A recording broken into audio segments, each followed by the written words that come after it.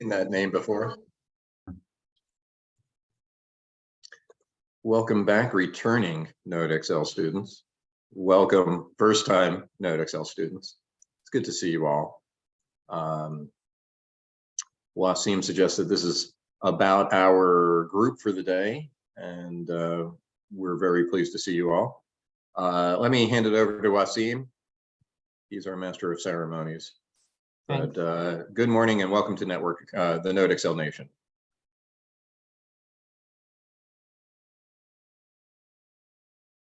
Thanks, Mark.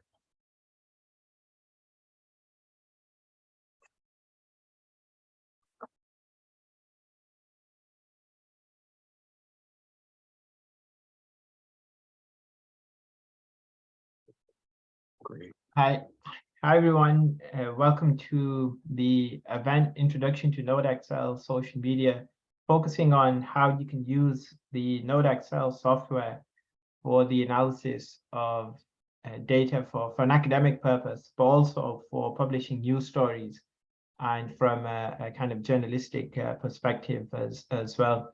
So in this short introduction talk, I'll just speak about what to expect from the workshop, what we've got lined up, and just briefly introduce to you the software, NodeXL, a little bit about the Social Media Research Foundation, and also some of the other events that we've got coming up as well. So in terms of the schedule, today I'll do a quick introduction to the speakers, overview of the workshop for around 20 minutes, and then afterwards I'll pass on to my colleague who will speak about social network analysis in a bit more detail, some of the background terminology, and do a task with you. We'll have a short break in later on, and then after that we've got Harold who will speak to us about the YouTube network analysis step by step. And then at the end of the day, I'll speak a little bit about how to actually publish any ideas you might have for academic audience in terms of journal articles, but also share some of the ways we've managed to engage with journalists and also publish news articles, get kind of media interviews around using NodeXL, analyzing social media data, and getting kind of recognition outside of academics, but also in news media as well. So I've got a couple of examples at the end as well around that. So it's great to have you all here, and we've actually sent some trial licenses out already for use, so you can access NodeXL. Also, if you've got a non-Microsoft device, if you're using, for example, Apple devices, we've also got a cloud edition as well. If anyone's not received a trial license or the Mac kind of cloud-based version of NodeXL, drop us a message and we'll send that to you. Also, we'll be sending out a certificate for your kind of own use for showing that you've attended this event. So we'll try and send that out within 14 days after the event. So PDF certificate just to say that you've attended. If anyone's active on social media or on Twitter, feel free to use the NodeXL hashtag. And feel free to ask any questions, use the chat. So we've always got a couple of people monitoring the chat window as well. So if you've got any questions during any of the talks, feel free to put a message in and ask any questions that you might have. Also, just to let you know, we're also available after the session as well. So it's not just this workshop that you're attending. If you want to have a chat with any of us for a kind of one-to-one session about your research, any tips and suggestions you might need, feel free to reach out. We can organize a session, just chat to you one-on-one about any specific questions you might have, kind of give you advice on research and so forth. So feel free to drop us a message. We'll be happy to have a chat and meet with you as well after the event. In terms of the instructors for today, Dr. Mark Smith, who will be speaking next, will be giving a talk on NodeXL, kind of explaining it, and also the kind of theories behind it as well, and around the method, social network analysis.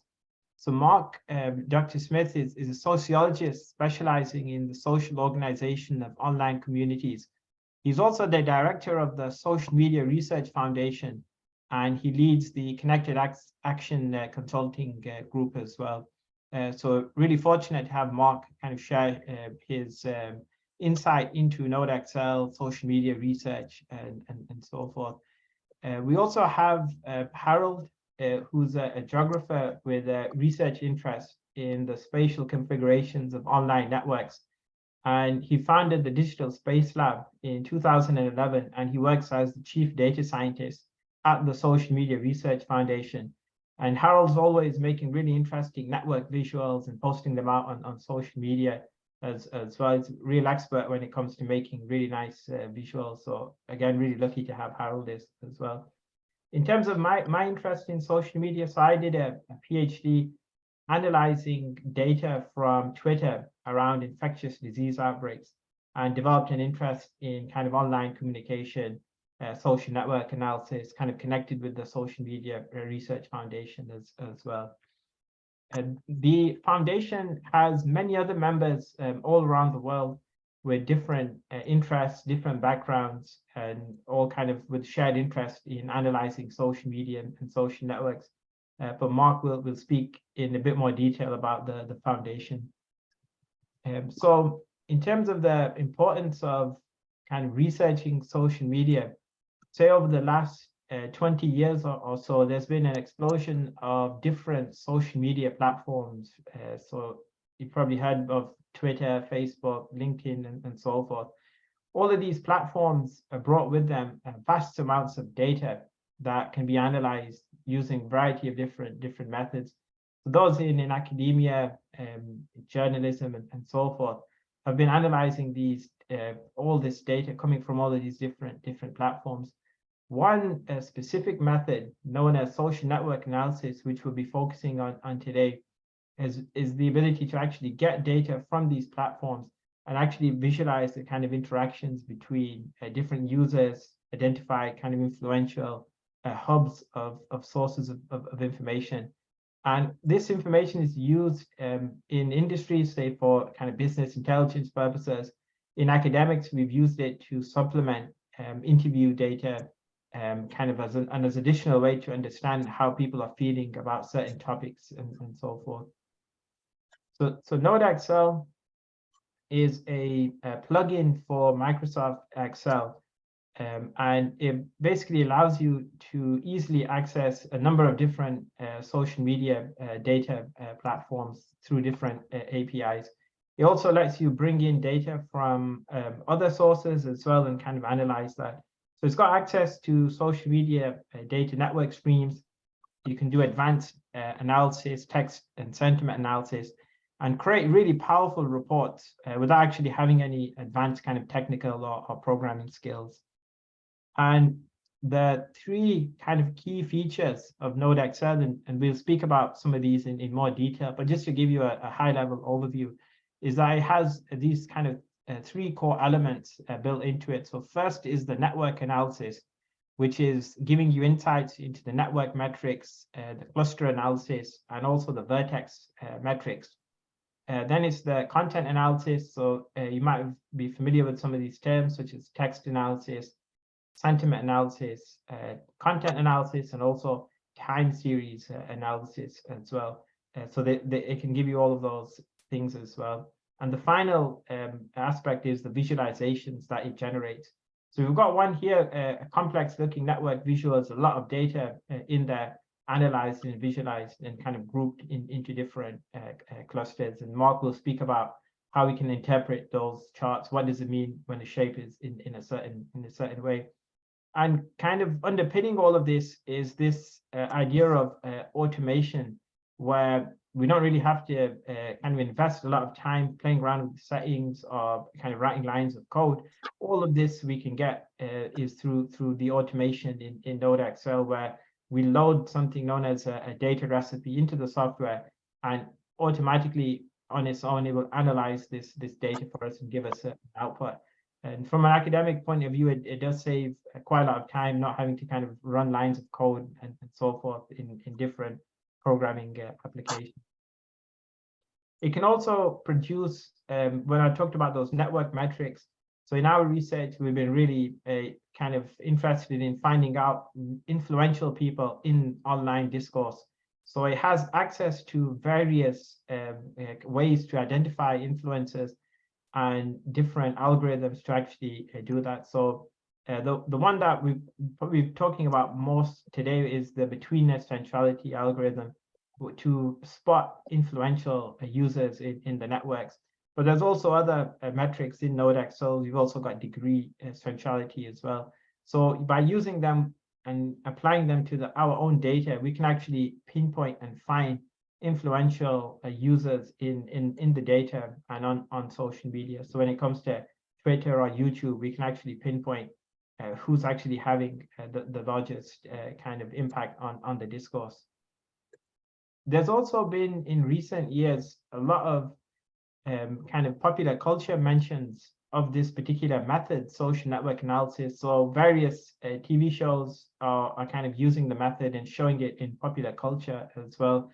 So recently there was a TV show, Homeland, and in one of the episodes, one of the tech guys is asked to run a social network analysis to identify actors online on Twitter that are spreading disinformation against a particular politician. And essentially in this TV show, they actually show a social network analysis approach, where they're able to bring in Twitter data and visualize the nodes and their relationships to each other. And they're able to pinpoint who is spreading disinformation. So they've managed to find clusters, influential users, using an algorithm, working together, spreading disinformation and analyzing it. Very similar to what NodeXL can do, make those visuals pinpoint influential sources as well. So it was interesting to see that it's also being mentioned in popular culture as well. So really we can use the method to kind of pinpoint these influencers, find out kind of key groups around topics, highlight popular information sources as well. So we can produce these visuals and we can see how all of these people are kind of engaging with each other on social media. So I mentioned that NodeXL is not just limited to the social media analysis. We actually found in a literature review that NodeXL had been used across a range of different kind of subject matters and also with a vast amount of different data as well. So it's been used to analyze Blackboard discussion boards, blogs, personal email networks, political sponsorship, internal security, medical data analysis, news stories, and also specific campus-based social media platforms, and also Wikipedia as well. So any kind of data that you have that might show a relationship between the two different entities, you can actually bring that into NodeXL as well. Offline networks are popular as well. So I did some analysis for a kind of academic research group, wanted to find out how colleagues spoke to each other in that particular department. And you can actually enter that into NodeXL. And Mark has got a really nice activity where he'll show you how we can enter that data and connect people as well. There are also, in addition to kind of today's sessions, which are recorded, and you'll get access to the recordings as well. You'll get access to all of the slides. But in addition to all those materials, you might also be interested in these following books. So we've got a book around kind of analyzing data using NodeXL on the left-hand side, kind of social media networks with NodeXL. But we've also got the two books on the right-hand side, the social network analysis books that talk about the method in more detail and explain kind of the theories behind it and so forth. There's also a kind of key text that Mark will be referring to as well around Twitter topic networks. So there's a couple of other articles as well. So you can access these slides and have a look and see if you might be interested in some of these readings as well. Also, just to highlight that you can actually export data from NodeXL into other tools and applications. So one of them is known as Gephi, and you can actually take the data from NodeXL and you can actually bring that into other tools and do different types of visuals as well. So one of our colleagues has made this video which actually shows you step by step how you might be able to actually take out the data from NodeXL as well. So I just wanted to flag this potential possibility as well, so you can actually take the data out of NodeXL. In terms of what we've been doing in our research, how we've used NodeXL is that we were interested in how kind of disinformation spreads on social media. And in particular, there was a conspiracy theory that was spreading around the UK, but also in Europe, that claimed that the 5G network was a cause for the COVID-19 that was weakening people's immune systems. This was leading to 5G phone towers being vandalized and attacked in the UK, and also the 5G kind of engineers being verbally abused as well because of this conspiracy. And we wrote a couple of articles around how NodeXL can be used to kind of spot this disinformation. We can get the data, we can visualize it, we can find out who the influencers are, how those groups are working together, who's in those groups, who are the largest people, what information sources they're referring to, is there any kind of scientific evidence that they're actually using. So what we've been finding in our conspiracy theory research is that a lot of the networks, they are sharing links and information to fake news websites.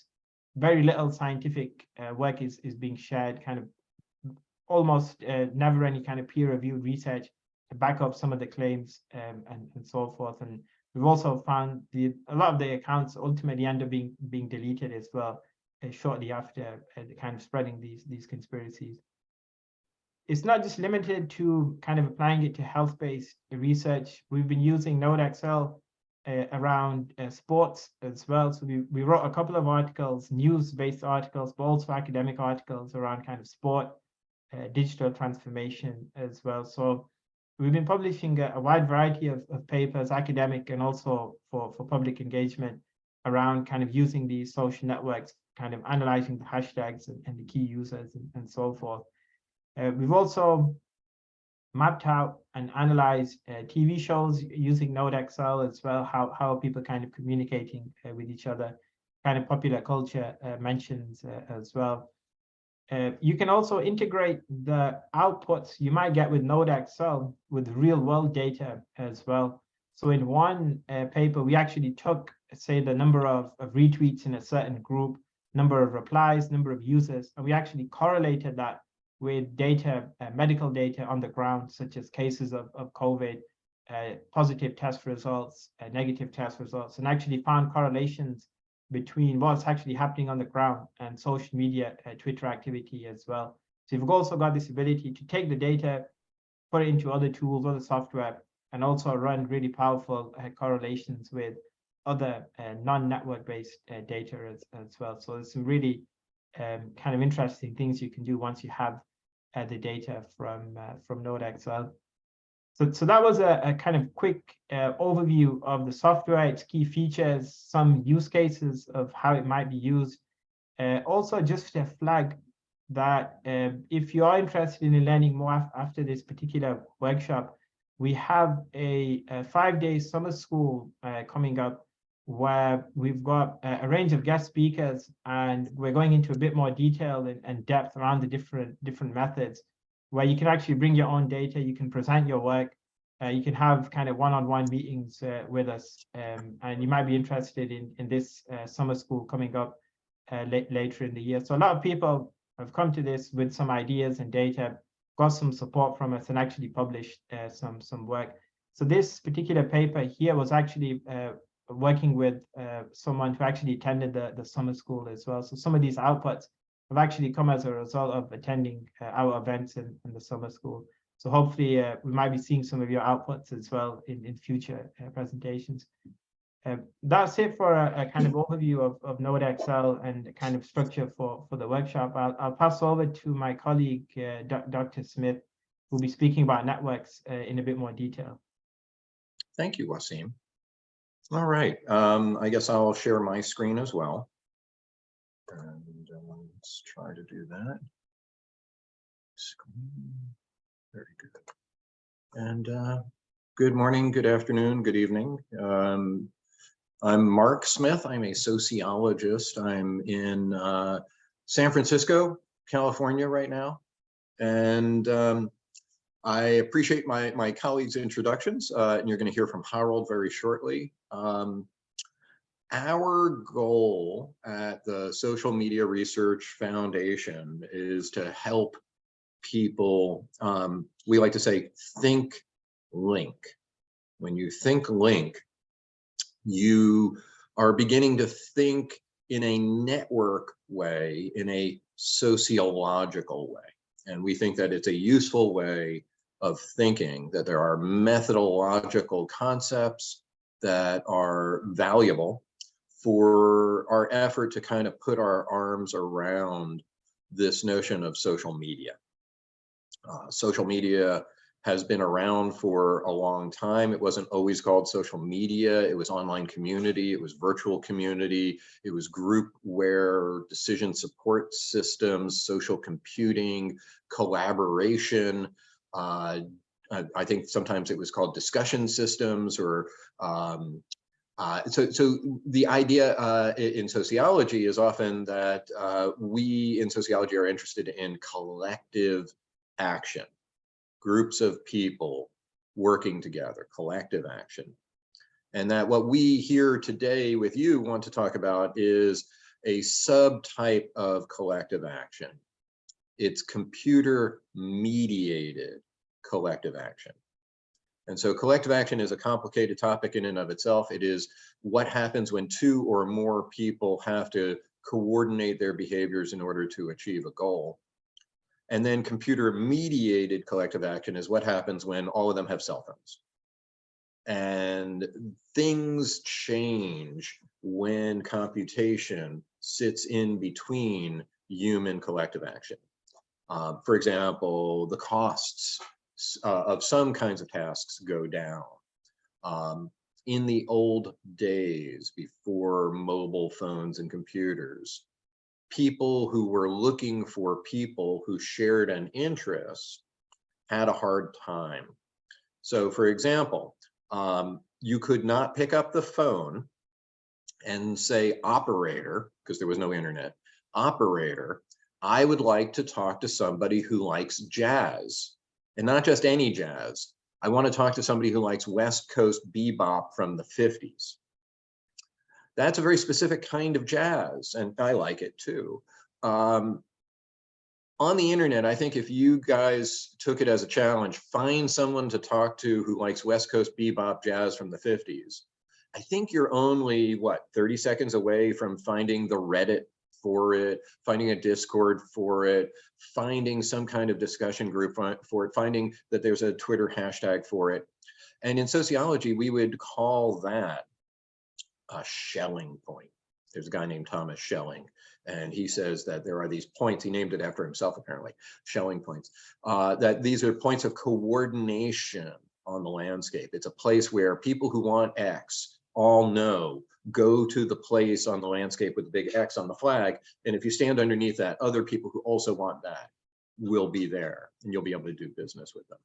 The internet has made building those kinds of places remarkably easy. The cost of building those spaces is just near zero. And so the discovery cost is very, very low. So let's see, let's do a slideshow here, and we're going to show you from the beginning. Okay. So as a sociologist, my goal here is to not only offer you a set of ideas, a way of thinking about the hashtag, the discussion group, the web board, the email collection, the Discord, the Slack channel, a way of thinking about that kind of data, not only to provide theoretical concepts that to kind of name it, but also to provide mathematical, quantifiable, empirical tools for, as Wasim has pointed out, this pipeline of data analysis. And that pipeline, we think originally was a 5-step pipeline. We were wrong, it's 7 steps. We're still wrong, it's probably 8, but we've implemented 7. So I'm gonna tell you what the 5 are. Eventually I'll tell you what the 7 are. I'll tell you what number 8 is too at some point. We saw it on Wasim's slide. We have to collect data. And welcome to the post-Elon universe, that's not easy anymore. And we'll talk about that. And the NodeXL team has been working very hard behind the scenes to sort of rebuild a burnt down bridge, because it used to be very trivial to go and get large volumes of Twitter data among other data sources. It is not so trivial anymore. So step one, collect the data. It turns out step two is store the data. Step three, analyze it. 4, visualize it. 5, write a report about it. 5 steps. Get the data, store the data, analyze it, visualize it, write a report about it. It'll turn out that 6 and 7 are explore and explain, and I'll just cut to the chase. 8 is change, act on. We, I think, are all here because this kind of metaphorical experience out on the internet is both beautiful and terrifying. It is a wonderful thing that collective action, when it is computer mediated, has all sorts of changes in the costs and benefits. That the cost of gathering even this group together, much lower than if we all had to fly to Milan or London or somewhere to all meet. It would have been much harder. And so virtuality is a kind of lubricant or catalyst for collective action. However, a rising tide may lift all boats, but not all boats sail equally well. And so we are seeing that the knowledge communities that emerge on the internet have all kinds of dynamics, some of which are insanely pathological. So on the plus side, the last 30, 40 years of social media has touted all of the very, very positive outcomes of computer-mediated collective action. We get all kinds of support groups, social movements. People have attributed, political revolutions, the Arab Spring, to the ability of social media to act as a catalyst and focal point, a Schelling point for collective action. And so these things have all been identified as relatively positive. Depends. If you were the dictator of Egypt, not so positive. If not, maybe. If you're an Egyptian citizen, maybe not, because, from Mubarak to Sisi, what's the big difference? I'm not sure. So, if you break it, the internet may break things more easily than it builds things. But so what about the pathologies?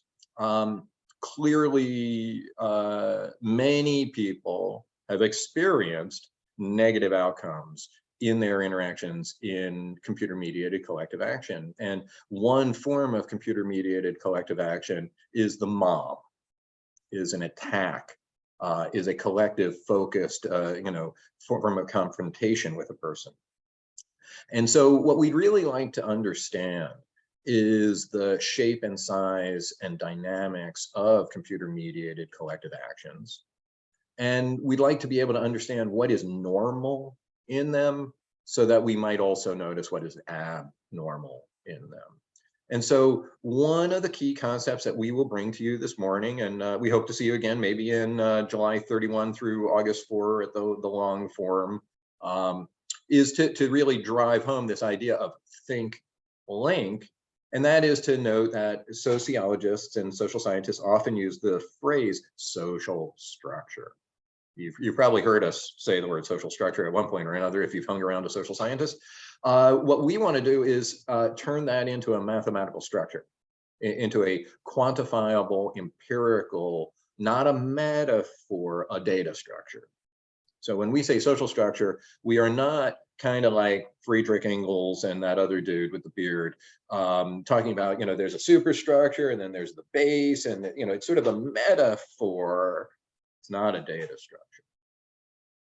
It's the 21st century. It's 2023, the last time I looked. We're talking about understanding human societies as a social structure, where a social structure means there are social actors. Those are people. They could also be institutions, organizations. Let's say they're user accounts. Those are the dots. And then they have relationships. They have connections, ties, associations, bonds, connections. And the collection of connections is social structure. And so when I tell you that there are 10 of something in a population, that's great. But when I show you the way those 10 dots are arranged, you get more information. I don't know if you can read the words on or the names on the dots, but Jane. Jane is the little dot at the very end of that tail. Is Jane the leader of the group? I mean, we know nothing about the group, and it's a completely, fabricated data set, but we are social animals. We have an intuition about the nature of social structure. Who's the leader of the group? And you might say, well, not Jane, not Jane. Peripheral, not a lot of connections to everybody else. How about Diane? Could be. Yeah, it seems Diane's the big dot in the middle. Could be. And network theory people also point out, look at Heather. Heather's kind of in this like gatekeeper position, like nobody talks to Ike and Jane unless they talk to Heather. Like if you want to talk to Ike and Jane, nobody talks, there's a scene in the Wizard of Oz. Nobody talks to the wizard, no how, right? Nobody gets to Ike and Jane unless you could talk to Heather. And that's interesting because let's just do a quick thought experiment. We're going to become network theory people here over the next hour. Remove Diane from the graph and ask this question: who can't talk to who as a result? So just take a second, look at the dot that is Diane, pretend it's gone. And maybe the way to do this is think you're Andre and you want to talk to Fernando. You used to talk to Diane first. What do you do now? You just talk to Fernando. If you don't want to talk to Fernando, you can still, Andre can talk to Carol to talk to Fernando. There's still another path. But Diane is gone. So I guess you could go Andre, Beverly, Ed, Garth, then Fernando, or, the shorter path might be Andre, Carol, Fernando. But if the old path was Andre, Diane, Fernando, and Diane is gone, you just root around her.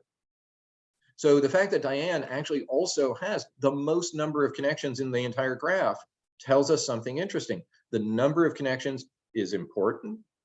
It's not the only important thing. It's the uniqueness of your connections that is also important. And the uniqueness of these connections is something that is mathematically measured in column E. We call it betweenness centrality. You might think of it as the influencer score. It's how much is this person connected across different communities, such that in the same way that there is a keystone in an arch. You ever heard that term, the keystone? The one at the top, right? So you got the arch coming around and there's that one piece there. It holds the whole arch together, the keystone. Another term for this person, linchpin. I don't know if that translates well, linchpin. That's the thing that holds like a trailer to a truck, the linchpin, the one thing that holds them together. And so in network theory, we don't just look for popular. That's having a lot of connections, popular. We also look for influential, and that's having unique connections. And so in a network point of view, we recognize that the number of things is a very useful thing to know. How many people, how many posts, how many tweets, how many retweets, how many favorites, how many likes, how many? That's volume. Volume's important, but we're about structure. And structure says you can have the same number of things and they can be connected to each other in very different ways. And so it's true that they're not the same parts in the X-Wing and in Minecraft, but it's the same number of things. And so many social media reporting systems will tell you, this is the number of followers, this is the number of Twitter users or posters or whatever the platform may be, but it doesn't tell you how they're connected. And what we are here to say for the next hour and a half or 2 hours is how things are connected is the most important thing. It is where all of the really useful information is. There's a lot of information in the pattern of connection. And what we are going to talk about is the tool that makes doing that process. Get the information, see the connections in them, build the connections, find the network, analyze the network, visualize the network, use the network to guide you to the most important people and to identify the groups in that data. That's what our story is, that there is a methodology from the social sciences, from sociology, in particular social network analysis, and SNA for social media, gives us insights that we wouldn't have otherwise. So our goal is to try to answer the question, what would it look like? What does a hashtag look like? What does a Facebook discussion thread look like? And the answer, this isn't going to work. So we're going to try to justify why should we do information visualization? Why is the picture important? And I'm going to do that with a reference to the work of Francois Anscombe, Anscombe's quartet. I think this is 1974. He's a statistician, and he says, look at these numbers. And I'm going to say what he says. Look at these numbers. Where are the errors and where are the outliers? And Em, you may have seen all this, so don't give it away. And then so there are two tasks. Find me 2 data points that you think you should remove because they're error or outlier. Second task, you see 4 data sets here, 1, 2, 3, 4. One of them's got to go. Pick one and tell me why you want to get rid of it. Okay, and then Anscombe says, people want summary statistics, and he gives them to you. Turns out, here's the trick. He's a statistician. He figured out how to do this. All of the 4 distributions, same, identical summary statistics. Mean of 9, variance of 11, mean of Y is 7.5, covariance, it's all the same. So summary statistics aren't going to do it. And remember, you all have 2 tasks in front of you. Find me 2 data points to remove, and choose one of the 4 data sets to also remove. And here we are, we're coming up on 60 seconds. There's 10, 12 really intelligent brains on the other end of this wire. I think we're failing. I think we're not achieving our goal. However, would you like to see your brain perform both of those tasks in less than 300 or 400 milliseconds? It can. We just have to feed it information in the right format. Here it comes. In the next slide, I believe your brain will make this sound. My brain makes this sound. It goes, oh. Did your brain make that noise?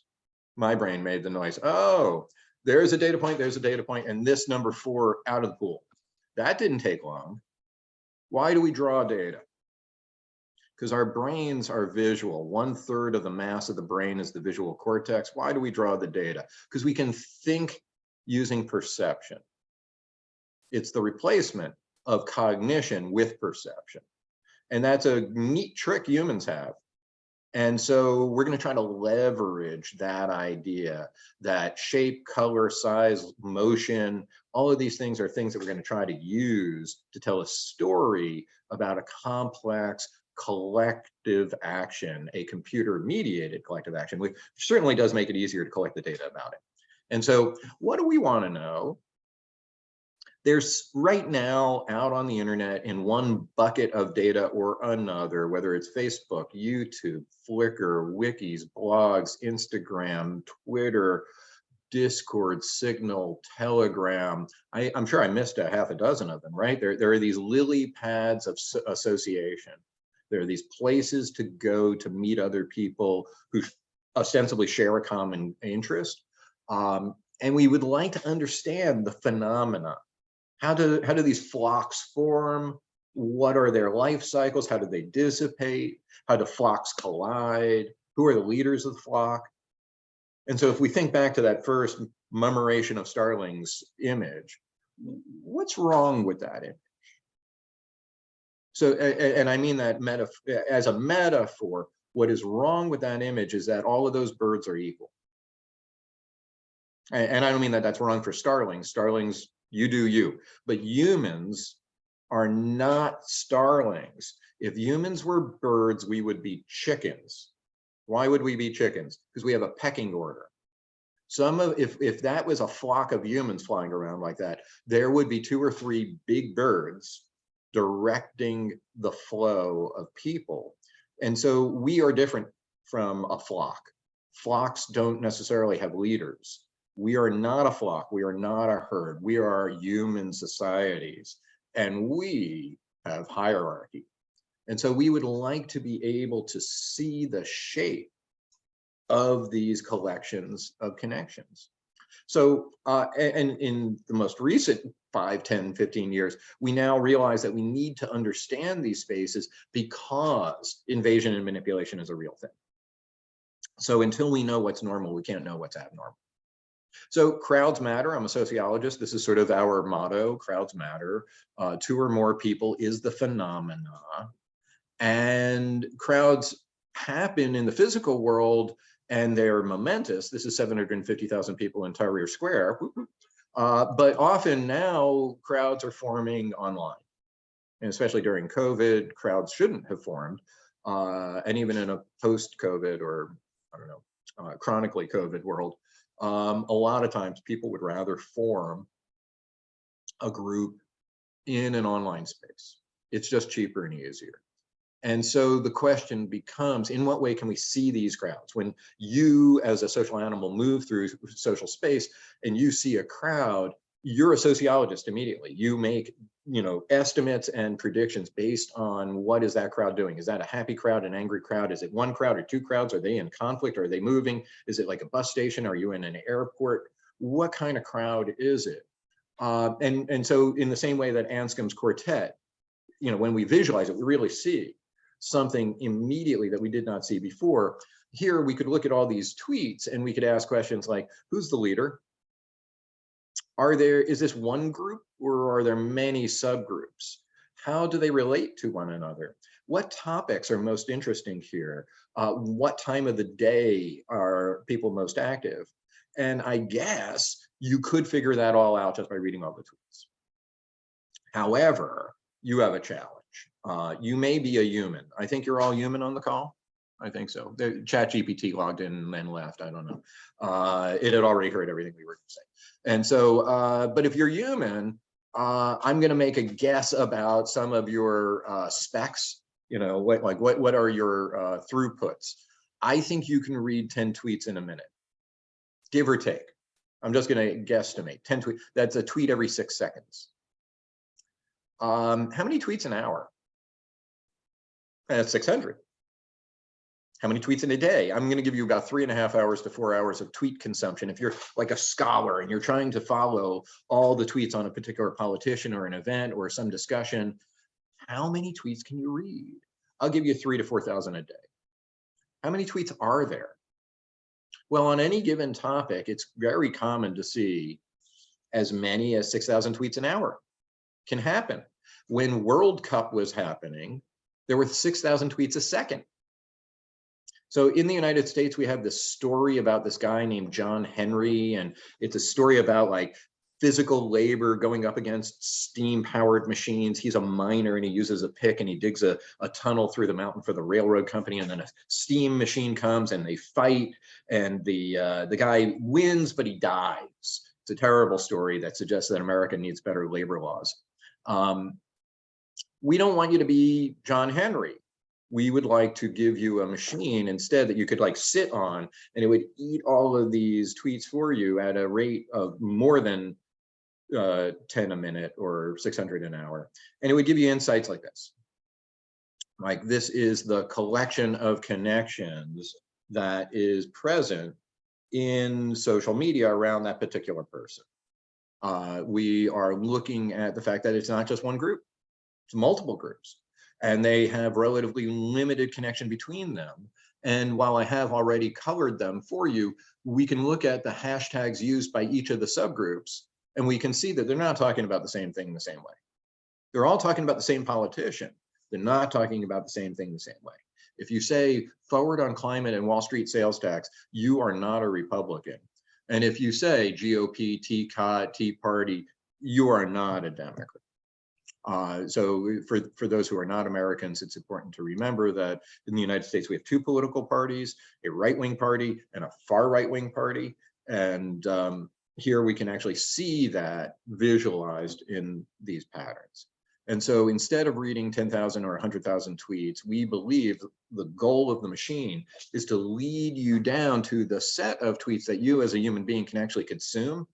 Maybe it's 600 of them, but it's not 6,000 and it's not 60,000 and it's not 600,000. So in what way can we apply social network analysis, computation to pre-digest very large collections of social media in a way that actually provides a data reduction and data highlight. It guides you directly to the right thing rather than trying to make you read it all. You can't read it all. We can't read it all. And at the same time, we don't want to ignore it all because there is signal in the noise. And we would like to have essentially a kind of social media radar.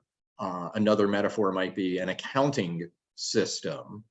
How many of you have heard the idea of a marketplace of ideas? Anybody ever heard of the marketplace of ideas? Right, so worth Googling, or Wikipedia has a page for marketplace of ideas, but it's a very American idea that all ideas are just products in a marketplace and they compete, and they're good ones and bad ones, and they just work their way out. And good cars sell better than bad cars, and good ideas are adopted more widely than bad ideas. And sometimes there are bad ideas in the market. It's just the way it is. And so this marketplace of ideas idea does leave one thing out, and that is other marketplaces have accountants and accounting software. And so what is the accounting software for social media? What is the QuickBooks for hashtags? In the United States, the small business accounting package is called QuickBooks. And so we're imagining, what would QuickBooks for hashtags look like? So what we're exploring are the methods and the tools for doing accounting for the marketplace of ideas. And part of that is to try to innovate in visualizations. And this is a very typical, I would like to call it a naive network visualization, in which everything is just sort of thrown into one big pane. There's not just one surface, one region, and everything's in there. And people have been very critical of social network visualization, not necessarily the method where we calculate things, but the way we draw things, saying that these things resemble what happens when you drive through a swarm of bugs. And you get all that splatter on your windscreen, and it's not a very appealing thing. You have to run the windshield wipers, and it's not they would argue it's not a visual analytic artifact, and we'd agree. But we also make this argument. Some people take really bad photographs. That doesn't mean that photography is really bad. And so sometimes you can make a better picture. And this is the after. This is before, this is after, and this is after a technique that is implemented in NodeXL, an effort to automatically visualize the network in a way that improves its visual analytic utility. So by doing this, we call this the group in a box layout for multifaceted analysis of communities. Instead of all of the different communities having colors, they still have colors, but here they don't have spatial isolation. Now they do. Purple's in the purple box, green is in the green box. It may resemble to you, it does to me, the way that some Japanese lunches are served. Have you ever had a bento box? This is a bento box for people. This is a sociological bento box. And so each dish is in its little region, and that represents a cluster, a group. And that's another key concept in network theory. Network theory isn't just able to look at each individual and say something useful, or look at the whole population and say something useful. That's the micro and the macro level. What's in the middle? Well, that's the meso level. And that's one thing that social network analysis can do. It can bring us the meso level. It can find the market segments. Each of these groups have been discovered based on structural analysis. And they typically represent some hub, a nucleus, and some set of sort of electrons spinning around it. I'm going to get sort of the Niels Bohr model of the atom is sort of appropriate here. But they tend to have a nucleus and an electron cloud, and most people sit in the electron cloud. They're the people who retweeted once, replied once, mentioned once, and they are these people at the end of these stalks. They have one, maybe two connections, that's about it. And then at the center are these hubs. And the hubs are the influencers, thought leaders. They are, we like to call them the mayor of the hashtag. They are the influential people at the center. And statistically speaking, how many people can be at the center? Typically, it's less than 1% of the population. In the United States, there's a old radio program called A Prairie Home Companion from a guy named Garrison Keillor. He's a kind of comedian dude. And he has this phrase that in this small town it's in Wisconsin, I think. Lake Wobegon is the name of the town. He says all the children in Lake Wobegon are above average.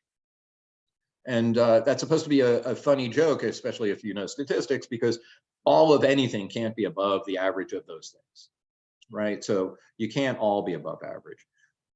In network theory, you can't all be influential either. It turns out that it's not even like 50%. And I'll show you in a few diagrams in a few slides. Network theory is highly based on this kind of a curve. It's called a power law distribution. It's not this kind of a curve. That's a normal curve. It's not. And so what we really want you to be able to see is the shape and structure of these social media environments. And when you see the shape and structure, suddenly things emerge immediately. Who are the leaders? What are the factions? The different sub segments? Maybe they're sub communities. Maybe they're language communities. Maybe they're opinion communities. They're for the policy, against the policy. They're for the politician. They're against the politician. And so we can see that. We can actually measure polarization by looking at how much these clusters don't connect to each other, but do keep talking about the same politician, for example. So we are exploring different methods of drawing and visualizing these things. And the goal is to create a kind of visual analytics that allows 1/3 of our brains to actually be brought to the task to gain an insight into the shape of social media. And critically, it's going to tell us things like, hey, I can tell you about each individual, and I can tell you about the group as a whole, but I can now also tell you about this middle level, the meso level, the group, the subgroup, the subcommunity, the neighborhood, the cluster, the segment.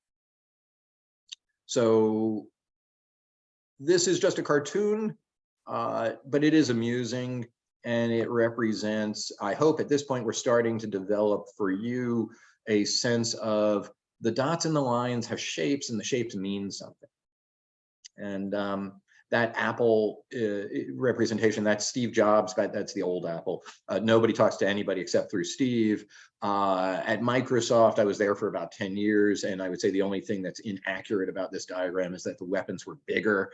You know, the problem at Microsoft was that Windows did not like Office, and Office did not like Windows. And you probably noticed that when you use the product. And so these different diagrams are intended to represent the different kind of cultures you might encounter if you went to different corporations in Silicon Valley. So our aspiration is to kind of give you this and send you into the world. So before this product, photography was a profession. You had to build the damn camera yourself. It was a very expensive process. You had to know chemistry. You had to do a lot. And then the Kodak Brownie snapshot camera. This is a product that's almost like the iPhone in terms of going up like that. Like people got this thing, and for $5, you went to the drugstore and they gave you the box, and you press the button like 12 times, and you gave them the box. And 3 weeks later, they gave you 12 photographs. And that kicked off an era of chemical photography. I think this was 1907, and then chemical photography basically ends in 2007 when Kodak stops making commercial consumer grade film. They still make X-ray film, that kind of stuff for scientists and that kind of thing, but consumer film ended in 2007. From about 1907 to 2007, somewhere around 2 trillion photographs were taken. Maybe your grandmother has a shoebox filled with photographs. Mine passed away, but we have a photograph, you know, we have a shoebox filled with photographs. So this change, it did evolve. You know, there's the point and shoot chemical camera, and then there's the point and shoot digital camera. And then of course, this thing is now obsolete. You would never go out and pay money for one of these things because you already have one of these things. And so that is our aspiration. We want to be like this. We want to be a kind of camera for crowds, but not the physical kind. We want to be a virtual crowd camera. And so this is NodeXL. It's an add-in for Excel, and this is the ribbon. This is the menu. When you open NodeXL, this is what you get. And using NodeXL is intended to be a lot like a point-and-shoot camera. And so you would do something a lot like this. I'm in NodeXL and I want to do something. And so I click on the menu and I want to import data. And so I go to the data import menu and I select something that I would like to import from. In this case, it would be Twitter. Certainly the case, not going to be Twitter anymore, right? We will talk about all the problems and opportunities dealing with Twitter and the radicalization of a platform into a far right wing recruiting mechanism, but that's a whole other discussion. But in NodeXL, the idea, and you'll do this with other things, Reddit, YouTube, Flickr, wikis, email, whatever it is, you get a dialog box. And so no Python, no command line, no write a few lines of code, no. You open an application, you go into a menu, you click a few buttons, you get this dialog box. You tell it what you want to know and you configure it a little bit and it does things and gives you this. And this is now a spreadsheet. It's a spreadsheet with a visualization. And if you look very closely, you'll see that the spreadsheet has a lot of little workbooks, lots of little tabs. And each of the tabs represents a different dimension of the data. For example, we're looking at the page where the dimension of the data is who are the people in the network. So it's just a list of all the dots and what we know about the dots. And we know stuff about the dots. We know when did they join Twitter and how many times did they tweet and how many followers do they have and how many people do they follow? What location are they in? And all kinds of stuff like that. And some of which we still will know, some of which we don't know anymore. Location is gone. What kind of device they used, gone. We used to get that. Mr. Musk didn't like people knowing that a lot of people didn't use the app that he wanted you to use, so he took it away. So these screens are part of what you get. You come to the tool with a question. I wonder what it looks like when people talk about X on a particular platform. I will point the camera into that platform and take the picture. And what I'm going to get is this overview of the crowd. And you'll see that it has already segmented the crowd into these little clusters. The bento box view shows us differently shaped blobs of people, and the shape is going to matter. You'll see that in group one there's just this big rectangle. Those are a large population of people. They said a particular word, but they never said anybody's name and nobody said their name. Because all these other people to the right of those people, they have lines that connect them to somebody else. And those lines are created when people do things like retweet, reply, mention, etc. And so the aggregate, the emergent structure from a collection of connections tells us things like there are all these different subsegments, and these people in each segment are the leaders of that segment, and these words at the top of the box represent the things being spoken about by the people in that segment. So each of the steps necessary, pretty much entirely automated. This is the automation dialog box in NodeXL. This is where you'll simply go and select automate, and then you see the run button, you click run, and a whole bunch of things happen. What are those things? All the things that are listed there with checkboxes. And so doing data analysis of network data is a little bit like petroleum refining, right? You know, you don't take crude oil and put it in your car. You're going to have to cook it down and separate it and process it and massage it, and then you get a useful product. Similarly, just getting a spreadsheet with 50,000 tweets, it isn't enough. You have to do things to it.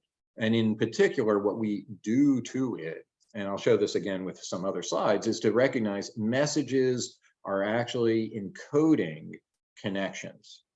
When I reply to you, when I retweet you, when I mention you, when I quote you in a retweet, all of these things are creating the lines you see on the screen. So We have to process the data. These are the steps by which we process the data. You could, if you want to, learn every step in the process. But you could, when you take a photograph with your iPhone, also control white balance, focus, color adjustment, but you don't. Most of the time you point the camera at the world and press the button, and the computer, the phone, does a lot of the work. They call it computational photography.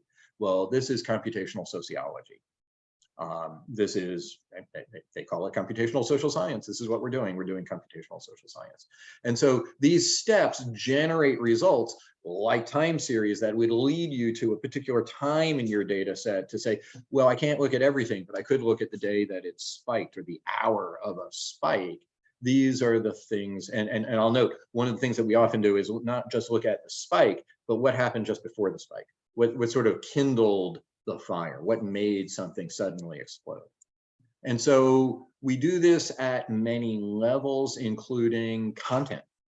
So we are looking at words. We're not saying sentiment is bunk. Well, sentiment is bunk, but what we are doing is counting words based on the lists of words that you provide us. We give you a default set of 3 lists of words: positive, negative, angry, violent. Those are in American English. You may want to modify them to British English. You can remove them entirely and replace them with Hindi. You can replace them not just with positive, negative, but maybe you want left wing, right wing. Maybe you want to replace all 3 of them with categories that are more appropriate for a product. Let's say we're looking at automobiles. If we're looking at automobiles, the 3 categories might be economy, performance, and safety. I want a cheap car, I want a fast car, I want a safe car. Those are typically the 3 things that people want in a car. You could come up with the various words for economy, performance, and safety. And that way you could compare, for example, and we may see this later today, what's it look like when we analyze Honda versus Tesla? Hondas probably skew higher on economy and safety, and Teslas aren't cheap, but they go fast, and maybe they're safe too. And so unless you let them drive themselves, in which case, watch out. So sentiment is also a really important feature. So what we want you to understand, and this set of slides really applies to all the platforms. I'm going to use the word Twitter and tweets in this discussion, but I hope you'll see that emails, Facebook posts, Instagram comments, they're all pretty much the same.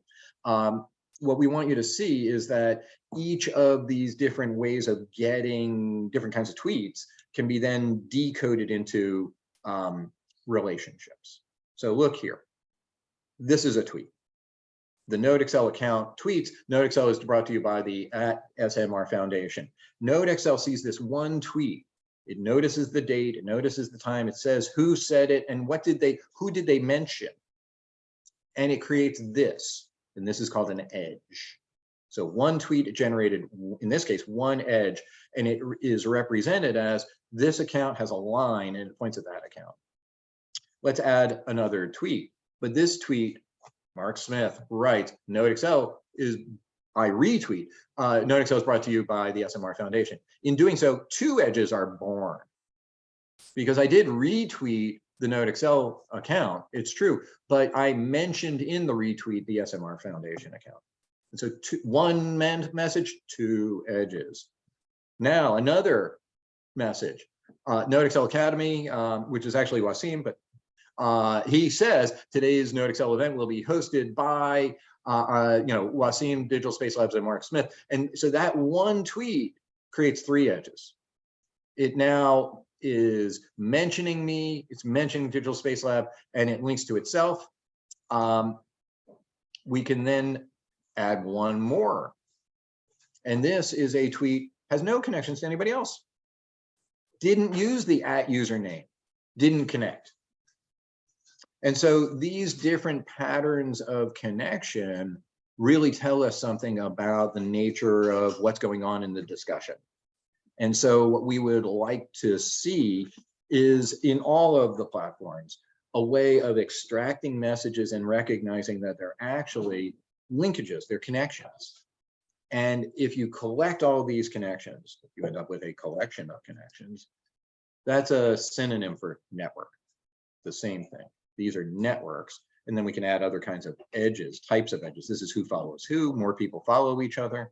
And you can layer all these collections of connections over one another. And the result, we think, are insights. Ways of seeing into a collection of messages that are not otherwise possible. Even if you work very hard at reading all the messages, there'll just be too many messages tomorrow. It doesn't matter how hard you work reading all the messages. It is hard for me to imagine that you're going to come away with this level of insight. Now, that doesn't mean that we don't want you to read any messages. It just means that we want you to read the messages that the method identifies as the most important messages to read. Identify the most important people. And I think we're going to see that when we turn you to what we call the Insights dashboard, which I think we're going to go to. Harold, do you think we should jump to the Insights dashboard at this point? Let's do that later on. I have prepared that for my session. Okay, so let's see. I think I'm going to take a couple of minutes and talk about these couple of slides, and then Harold, any particular points that you want me to touch on before I hand over? We have a break in about an hour's time. I think I'm going to do this, and then we're going to do a handmade network. Just making sure if there are any topics that you want to make sure I touch on, let me know. Yeah, and it's also probably useful. I'm sorry, go ahead. Influencer metrics. We have those influencer slides. That would be nice. Okay. And I also just want to pause and see, I'm not able to keep an eye on the chat at the same time. Are there any questions that we should pause and review? Let's see. Okay.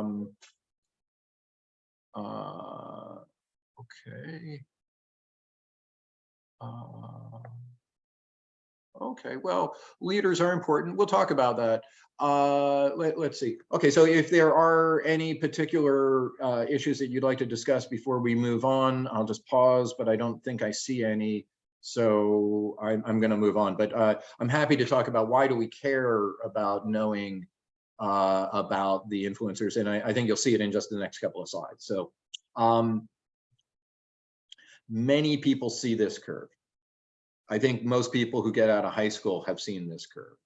And I think for a lot of us, statistics starts and ends with this curve. This is statistics. This is data as far as people are concerned. And unfortunately, this is a very propagandistic image in that if we think that this is how things are distributed on Earth, we are misguided. So it is true that a lot of things are kind of normally distributed. They have a bell curve. It's called the Gaussian distribution. And it's not to say that this never happens, right? What does this describe well? Human height, right? Most humans are somewhere between, like, I guess 4'11" and 6'1". So there's like 14 inches of variation among most humans. And what is it about height that fits this particularly? There are no people who are 1,000 feet tall. It's not like, hey, it's rare, but it happens. Did you see that really tall person? It doesn't happen. And so maybe 6'6", maybe 8 foot. It's about as high as humans can get. And, you know, at the other end, there are no like microscopic humans. There are no humans below an inch. I mean, maybe there are some 3 foot tall humans, 2.5 foot tall humans, but, you know, for the most part, humans, they're not 1.5 inches tall. And so this tail doesn't go that far and this tail doesn't go that far. And so human height, okay, we've got a great curve. It describes human height. What does this badly describe? Human wealth. Does this capture human wealth? Are there almost no poor people on Earth? Are there almost no rich people on Earth? Well, that one's true. Are most people in the middle? That's not true. What else does this not fit? Human city sizes, habitation sizes. The average habitation is somewhere between 50 and 150,000 humans. But Shanghai, Lagos, you know, there are these mega cities. There are places with 38 million people. In Tokyo, 28 million people. And so what we might find is that this curve is better. And this is the power law distribution. I like to joke that this means that those with the power make the laws. But it's also true that this captures the shape of how many people have how much money. Most people have next to nothing. There's 1.5 billion people who live on less than $1 a day. And 0.001% are multimillionaires. And we're not mostly just middle class. We're really not mostly middle class. I mean, I try to think I'm middle class, but who knows? And so this represents the distribution of things like the size of human habitations and the wealth of individual humans, much better than this. So this is really important because when we're going to get down to this, it's also going to represent the power of people inside social media. Because when we got to social media, first of all, we were told it was social. Not clear that's true. And we were told that everybody gets an equal voice. That may not be fully true either. And so there is a concept in network theory called preferential attachment. It is also referred to as the Matthew effect. That's the guy from the Bible. And he said famously, to those who have much, more will be given. From those who have little, more will be taken. And that's kind of creepy, but sociologically accurate. And this says basically in the power law distribution that the people who get a lot of links at the beginning are going to get more links at the end. And that there is a highly skewed power law-like distribution of links and of influence and of power in networks. This is sometimes referred to as the internet culture rule or the 1-9-90 rule, which basically says one person posts, 9 people like it, and 90 people scroll past it. And so is this good news or bad news? Well, it's news. It's just a reality. It is an observation, a scientifically valid observation, and it shows up in our concerns about social media and about the potential pathologies of social media. And let's face it, also about the potential benefits of social media, but how do we cultivate them? It means that most disinformation comes from a tiny group of people. It also means that most information comes from a tiny group of people. In almost all of the graphs that you'll see, and we'll see quite a few, and you can go to the NodeXL graph gallery and go look at some yourself, what you're going to see is power law distributions in terms of network position power, in terms of betweenness centrality. You're going to see that it's typically 10 to a dozen or so, a very small number, not 1%, 0.1% of the total population control the discussion. How do we know? 65% of all the messages are replies to these people. They are responsible for almost all the content. Now, this is good news and bad news. The bad news is that a small group of people can generate disinformation at scale. The good news is it's only a small group of people, and if you could influence them, then you might have some traction over the issue, but it is good news and bad news. And so just how social is social media? Not very. And I'm a sociologist, so I have a license to say this. Sociology would say social is defined as having density and reciprocity. What is density? It's many to manyness rather than one to many. That's hub and spokiness. But many to many is density. Lots of people talk to lots of people versus one person is the celebrity and we all point at that person. What we see in social media is audience, not community. We see one person, they speak and they get a lot of attention. There's a little bit of interchange, not much. What about reciprocity? Reciprocity is when I say hello and you say, I hope, hello back. Hi, how are you? Hey, oh, hey. It's this up and back thing that makes things social. And that doesn't happen in social media. How do we know? 93% of all tweets never get a reply. Most of the time, people retweet something and then nobody ever interacts with them. And so that's not very social. It's more like a broadcast environment than peer communication. And so how much community was there in online community? Not much. And so the problem people have is that they thought they heard two promises. There was only one. The promise of social media is that all may speak. The promise that is not made by social media is that all may be heard. Who gets heard? Less than 1% of the population gets heard. And so your question might be, how do I get to be that person? Good question. Our answer is get to know the people who are already that person and try to build a relationship with them. That's the answer to that. But is social media social? No. Is it egalitarian? No. Is it hit driven? Yes. It's very much like popular radio or, mass media. Only a few hits break through, and then there's an enormous long tail of people who are not getting attention in the marketplace. And so what we are arguing for is that this dude, and that's Luca Pacioli, and I believe the year is 1494, and the guy wearing fur behind him is the Pope. And this picture is saying, hey, the Pope told Luca to go do some work. And what did Luca do? Luca wrote a book about mathematics, which of course he copied from Arabic. But this was the first time Arabic mathematical texts were brought into the so-called Western world. It was translated into Latin. Two of the chapters in this book documented the concept of double entry bookkeeping. In other words, this is the first time, it's 1494, accounting is appearing in Europe.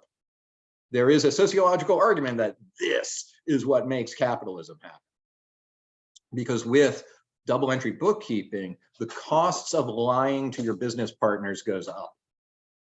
Prior to this, when you wanted to do business, you got your daughter to marry the other guy's son, or vice versa. In the future, after this, you do business with the people whose businesses look the most sound. And you can evaluate that somewhat independently by looking at the books. And what do the books do? They just increase the cost of fraud. Does it remove fraud? No, nobody said fraud was going to be removed.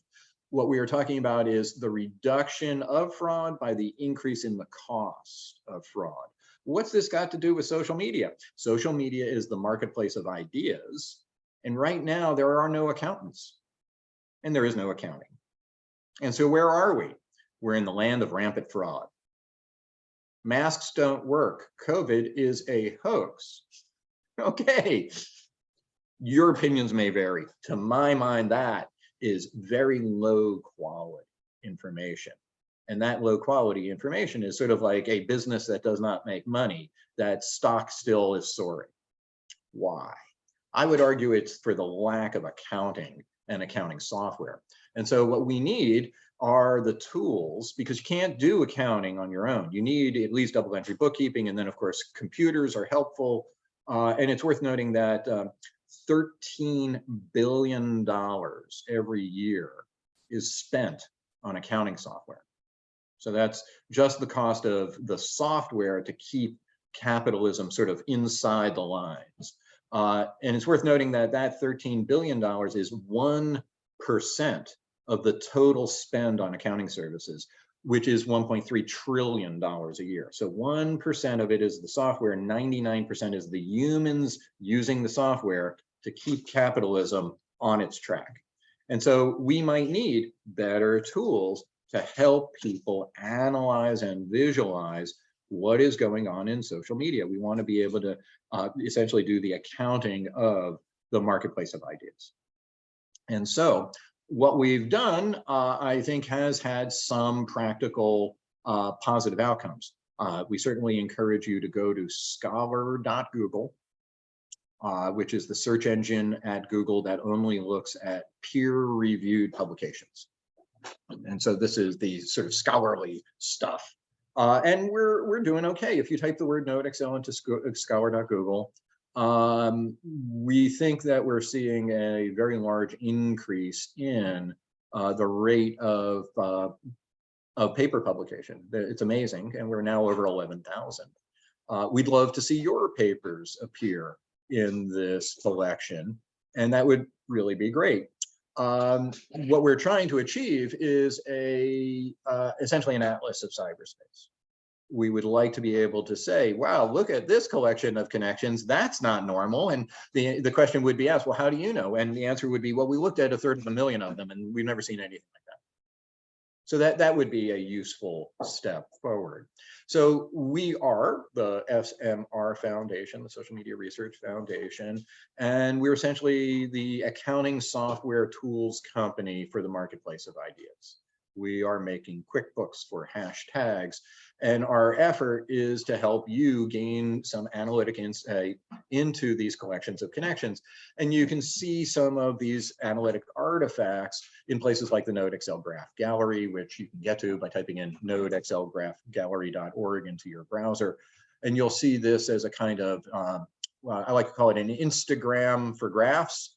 We could call it Instagraph. We're not going to call it Instagraph because Mr. Zuckerberg would sue us.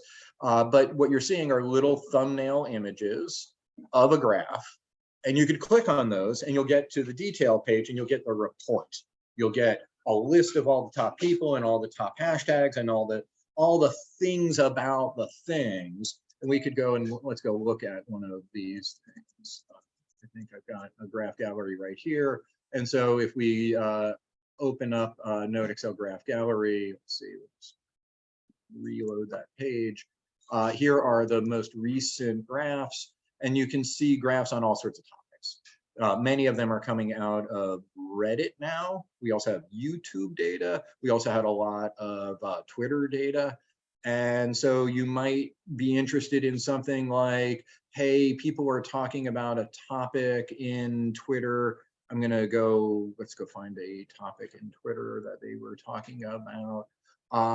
This was probably Reddit. All right. Well, by a certain point, we had switched over mostly to Reddit. But I'll do Reddit. Why not? Here you go. People go to Reddit and they talk about artificial intelligence. How many people? A lot of people. Okay. 2,943 people. They posted 1,000 messages. There were many comments under those messages. We don't really want to read them all, but what we can see is that there were about 6 major discussion subgroups, and there were only a few people, and here are the people, who are the people at the center of that discussion. That's helpful. We can get a sense of what's going on in this discussion without having to read everything. The same is true for looking at Twitter data. Here's some Twitter data. We're now able to look at who talks to who replies to who, and we can quickly identify what are they linking to, what hashtags are they using, and so on. So the goal here is to help us quickly identify the most influential people. Let's see, let's go over here. And the most influential people in these groups, to get an idea of the shape of these crowds and to identify people potentially engaging in both high quality and low quality information distribution. The key notion, though, is that it's all about these connections between people. And when these connections are created through computation, they leave a pattern behind.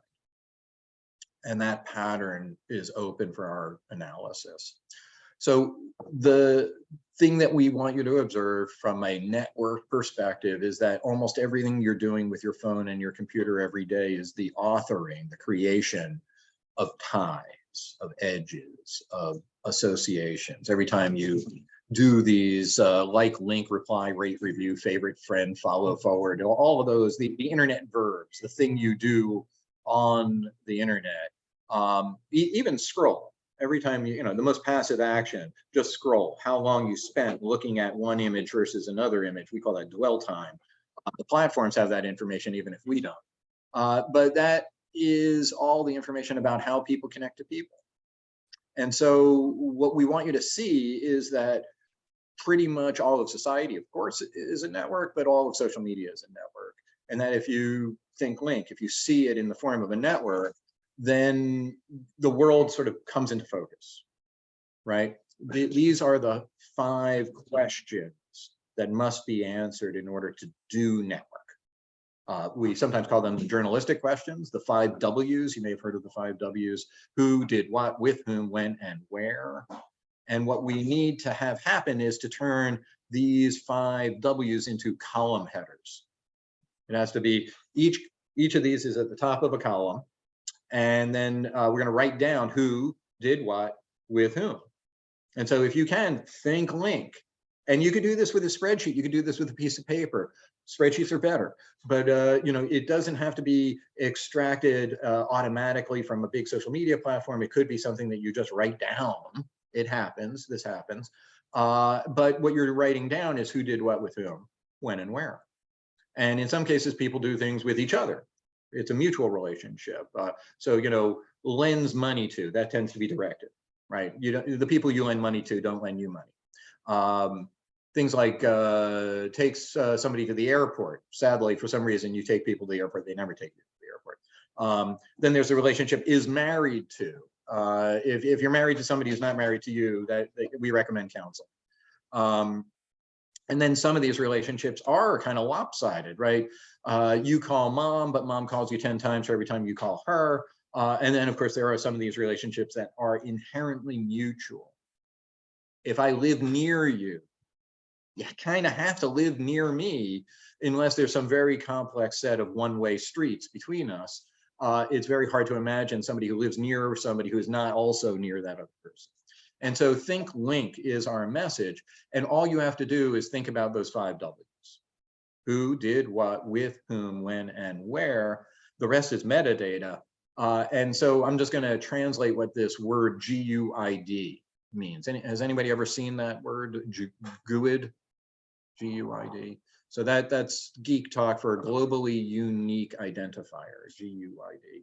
And that means tax ID, health insurance ID, telephone number, email address, user ID, Twitter handle, Facebook username. It's the thing that only one person can have. I mean, in the old days, people shared phone numbers, but not anymore.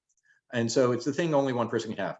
And if we can put username 1 and username 2 in columns 1 and 2, essentially we're done. That's all we really need. But we would like to have things like, well, what did they do together? And when did they do it? And what do we know about person 1 and what do we know about person 2? And the result looks like this. These are the edges.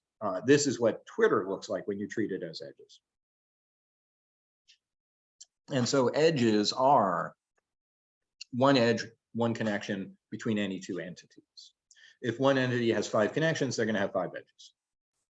And so we just need to answer the questions: who did what, with whom, when, and where. And you can have other questions to answer: how much, in what region, and you could have all sorts of other information. How tall was person 1? What was the shoe size of person 2? What's their blood type? What's their income? What's their education attainment? All of that is metadata about the who. But this is how you build a network. You have to have a who, and they did something with somebody.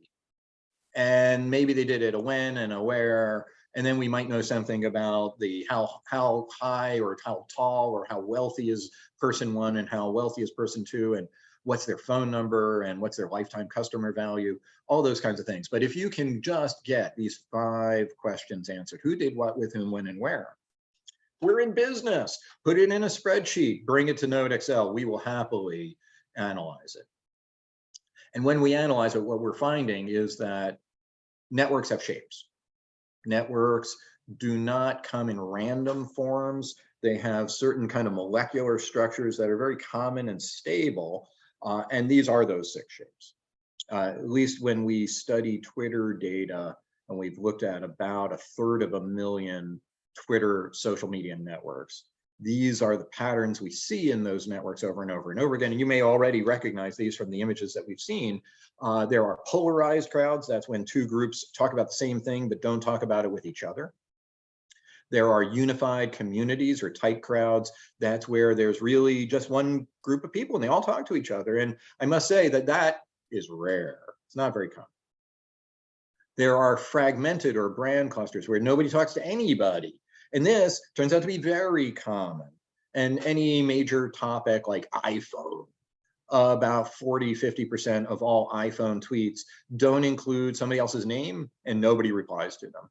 So there's a lot of confetti, if you will. It's a lot of fragmentation. And then community clusters, it's the fragmentation with a little bit of clustering on the side. And then down below the bottom two, that's the in and the out hub and spoke. The in hub and spoke, that's celebrity, thought leadership, being the mayor. That's the guy or the gal who sort of sets the topic. Hey, I tweeted this, everybody retweeted it. What's the opposite of that? That's customer support. My flight's been canceled, my bag is lost, my computer doesn't work, my cable is out, my phone doesn't work, some service, my DoorDasher didn't come, you know, whatever it is, you're complaining, and then one account is replying to you. And so these shapes are like the basic molecular structures that we find in the social milieu. And so one question you can ask yourself is, which one do I resemble? You know, where I means some kind of data set that you've gotten, and you now ask the question, which one of these are we most like? And of course, then the question could be, which one did we want to be?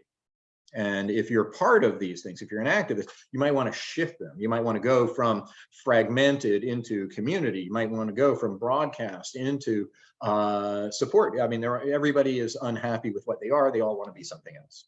And so we have a paper out you can find on the web. If you type in Pew Internet NodeXL, you get this paper. And in this paper, we have a methodological guide. We also report our data. And what we are finding is basically these shapes, that there is this hub and spoke shape. It's a very common shape. It's the broadcast pattern. But there are, when we see that pattern, what we're seeing is audience. We're not seeing a community. I wish we would stop saying that it's social. It's not community. It's computer-mediated collective action, and in most cases, it's forming audiences. It's a lot like TV and radio. So it can be different. It's not that it can, I mean, TV and radio have a hard time being community tools. The internet also has a hard time, but it's possible, but it often does not create that. There are the rare people who are bridges. This is my bridge, come visit my bridge. We have a great bridge. And bridges are the people who do very rarely link otherwise separate clusters. Then there are the islands. This is very common. The people who are not connected to anybody, that happens a lot. And then what we want to know is the shape of the population. We want to know if something happened, and we would like to know, did somebody intervene? Have we had invasion and manipulation? And so being the person in the center is how we define the notion of influence. It's your location. They say that there are three very, very important things in real estate. Does anybody know what the three most important things are in real estate? Yeah. Location, location, location, right? I like to say a good foundation, mortgages, and good schools. Not true, not true. It's location, location, location. You know, you could, the way to prove this is that if I tell you that there is a ready to tear down 1,000 square foot shack, and I ask you how much is it worth, it would really be helpful to know, is it in Silicon Valley? Because if it's in Silicon Valley, it's worth $1.2 million. And if it's in the middle of the forest somewhere, it's probably not worth anything. And so location, location, location, really important. In network theory, we say the three most important things are position, position, position. It's where are you in that graph? That location or position is destiny. And so are you at the center? Then you're important. Are you at the periphery? Then you're not. And so it's not about looking at the follower count or the tweet count or the retweet count. It's really about position within the graph. So this is our sort of overview. This is what we're going to do as an automated process for you. We'll get the data, analyze the data and the content, build a visualization, and that visualization will help guide you as an analyst into the most salient elements of this data. There's an awful lot of chaff and only a little bit of wheat. And our goal is to separate wheat from chaff. So I guess a key notion for us, and I've mentioned it before, is that connection precedes all the other analysis. Most people start on row 3, they start with content. Look at all the words they say. I wonder which words are frequent. That's great, that's a good thing. What do we do that's different? We start with connections, We see the structure, we form clusters. We then do content analysis at 3 levels, not 2. The way that most systems work is I can give you the analysis of one person's tweets. I can give you the analysis of everybody's tweets. We add that 3rd level. I can give you the analysis of this cluster's tweets or text, messages, words, etc. So our data flow goes like that. We get the data, we analyze it, we visualize it. Apparently Siri has opinions about what I'm saying. We visualize it and we eventually give you a report. And as Wasim has pointed out, to the best of our ability, we're going to do it automatically. Like you're going to take the picture and then the report is done. Now that doesn't mean that your work is done. It means that you then feed on this analytic artifact, this now higher level representation of this collection of connections. And using that, you can direct your very scarce and therefore precious human attention to these particular topics. Who are the right people? What are the right messages? What are the right times of day of the data set that deserve your attention? So again, we work at these 3 levels and we're able to identify things about each of the levels, the individual, the group, and the graph, and that we want to know the shape of the graph. And so I think I'm going to, wrap up with this section, Harold. This is the influencer section. So here we're just looking at a graph. And this is what we call the alphabet network, which is to say we just made this up. It's just a bunch of dots. And what I'd like to share with you is I'm going to show you the same graph over and over and over. And the dots are going to get bigger and redder depending on what is it that we're measuring about the graph.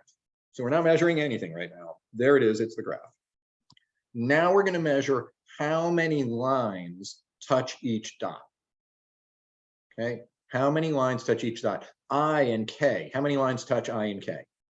1 each. They get the smallest possible dot. Who gets a lot? Who has lots of lines touching them? Z. Z has a lot of lines touching it. Z is big. O has a lot of lines touching it. Not as many as Z. How many does O have? 1, 2, 3, 4. How many does Z have? 5. 6. 6. Missed one. So O should pretty much always be important, right? O is important and has 4 lines. Z is important. It has 6 lines. So the number of lines is how important. Well, no. Degree is popularity. Betweenness is influence. What's the difference? Well, let's look at O. O's not big. How? How is it possible that O is not big? And how is it that F got big? F has 3 lines touching it. O has 4 lines touching it. How can it be that F is big and O is small? Let's go back. O is big, F is small. What is it about F that when we measure it this way, it got big? What happens if we remove F? What happens to the graph? A lot of people can no longer reach a lot of people. If we assume that in order for, let's say, K to connect to N, K has to go to J, to H, to G, to F, to L, to P, to N, or O to N, or, there is a, and we call this the longest, shortest path. The shortest path, because you could go L to O to, you could go in circles for a while, but the math we do says no circles. Don't go around in loops. Just go the shortest possible way to get from one person to another. So when we look at it from the perspective of betweenness centrality, what happens if we remove O? Remember, we kind of did this with Diane back in the earlier example. What happened if we remove Diane? Nothing. Nobody can't connect just because O is removed. But how many people can't connect if F is removed? A lot of people. A lot of people. So I'm going to say words like keystone, linchpin, broker, bridge, connective tissue. O doesn't have unique connections. Well said. It's about the uniqueness of the connections. In some ways, how much of a monopoly do you have on a path? And so these are the kinds of insights from networks that we think help guide people to a particular part of the network as having more importance than others. And you'll notice it's not because you have more followers, it's how others reacted to you in the graph. And this is a very powerful insight from network theory. And it's one that follows perhaps the insight that kind of enabled the internet as we know it. It's what Google did. You may be familiar with this notion called PageRank. In fact, there it is, PageRank. PageRank is how many well-connected sites connect to you. And so it's about using the shape of the network as an input to understanding the things in the network. So in the old days, when you typed in the word carburetor, Alta Vista would go and find the page that said the word carburetor the most number of times and give you that page. And so people would type the word carburetor 7,000 times in hidden text in a web page, and they tried to game the system. And then Larry Page created PageRank, and I think he named it after himself. And PageRank basically said the value of a page on the web is proportionate to the number and the value of other pages pointing to it. And so the link became a vote. We're doing the same thing. In our case, it's the interaction event is the vote. You vote by retweeting, you vote by replying, you vote by mentioning. And the people who get the most unique pattern of votes become important. So here, this is we've gone through a whole bunch of network. There's degree, there's betweenness, there's closeness centrality. That's how far you are from every other dot in the graph. There's eigenvector centrality. That's how connected are you to highly connected people. PageRank, it's a variation on that. Clustering coefficient asks the question, how connected are your friends to your friends? And so K only has one friend who's not connected to anybody they know. They don't get a lot of it, but O, almost everybody O knows everybody that O knows. So this is sort of the local density around an individual. And so again, degree, betweenness, PageRank, closeness, eigenvector, clustering coefficient, all of these are methods of measuring the position of each of the dots and then ranking them by this function really brings the cream to the top. By different definitions of cream, I get that, but you know, it might bring something else to the top. I understand, but I'm going to go with cream as my metaphor for the moment. And this is how we're then going to help sift and refine the data, because after all, you can only read about 10 tweets in a minute, 600 tweets in an hour, and they can generate 60,000 tweets in a day pretty regularly. Our job is to use the math and the sociological theory to reduce that data to the set of things you can pay attention to, and to give you the justification for why did you pay attention to those and not the other things. You didn't read them all. We didn't need to. We had a computer do that. I read the ones that scored highly on these different dimensions. We offer many dimensions, but those dimensions are the ways in which we're going to score and rank people. And I'll note just this, almost nothing you do yourself will change that ranking. You have to act in order to be in the data set, but it is almost entirely based on the behavior of others towards you that control your ranking. And that is a very sociological insight. So this is our data flow. We enable you to access a variety of data sources. Those data sources are definitely becoming a problem. As we will talk about again soon, you know, Twitter was recently purchased by somebody whose politics I may not agree with. And they are acting in a way to reduce the amount of visibility and transparency. The Twitter API has been essentially shut down. They would disagree. They would say the Twitter API is just fine, and there's just now a fee for it. Anybody want to guess what that fee is?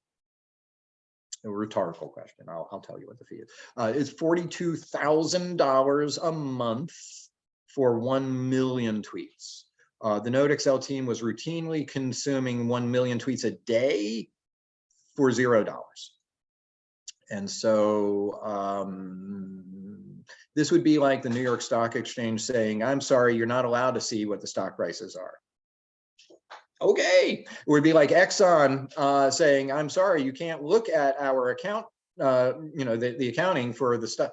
People investing in us can't see what our financial results are, and they're not going to be audited. Okay, so we are trying as best we can to continue to maintain access to these platforms. We build connections to Reddit. We will improve our connections back to Twitter through commercial providers and so on. But it is a challenge to get the data now, and that's just a thing. For those of you who are sitting in the European Union, I would suggest that your legislators understand that this should be a legal obligation for platforms operating inside your jurisdictions. In the United States, well, there's no hope of that, so we'll just move along. So NodeXL acts as a data container for you. It stores your data. It does data analysis on that data, kind of is the millstone. It grinds the data, turns it into flour, and then sort of bakes you a cupcake. Nobody really likes flour. Nobody likes dough. People like cupcakes. Cupcakes in this case are a fully formed digital artifact, an analytic artifact that allows you to see your social media data set in a new way. And the final step, of course, is some kind of report publication to share it with others. Now, this is sort of the 5 steps. I will, in a little bit, hand it over to Harold. He'll show you steps 6 and 7. And those are going to be the steps in which we take these data sets and put them, instead of into our report, we put them into a dashboard. And what's the difference? Dashboards are data exploration environments. You can click on stuff and pivot and change and filter, whereas reports are static representations of the summary of some information. Reports are useful and dashboards are handy. And then of course, dashboards can be used to present the data to others. That's the explanation task, task number 7. 6 is exploration, 7 explanation. And so our job is to help people build social media network maps. And when they do, they immediately identify all the influencers and the subgroups and the bridges, if there are any. And they immediately can identify these important places in the graph to perhaps intervene. And this has led to a lot of research that allows us to actually know things about these spaces and know it in a scalable, statistical, empirical, quantifiable way, rather than a kind of ethnographic way, which is great. And I love ethnography. And of course, there is an upcoming conference on netnography in the UK coming soon. But netnography is enhanced through computational social science, through the network analysis of social media. So some of these shapes are better than others. If you are an advocate, if you are trying to shape these things, you may find that some of these shapes are good for you and not for other purposes. These are the 6 shapes. We've looked at these. And these different shapes show up a lot. And we talk about that in the book. There's the book. This is now in our 2nd edition. There are my remarkably talented and handsome co-authors. And the book is now out in 2nd edition. Let's see here, there we go. And so we would encourage you to ask these questions. What does your topic network look like? What did you want it to look like? What about the topic that you kind of think of as your peer, your sort of that, the competitor? It's another nonprofit, it's another business, it's another product, it's another politician, it's another candidate, it's another policy. What does their network look like as compared to your network? And how would you intervene? What kind of network did you want versus the one that you have, and how would you shape it?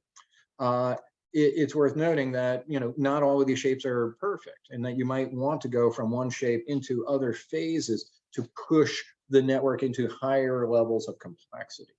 And that phase 3, when the audience becomes a community, we think it's the highest level of complexity in these social media graphs, where in many ways you wouldn't even need to stay in the graph. You could leave. They will keep talking about you and your product because they formed a community of people around your topic.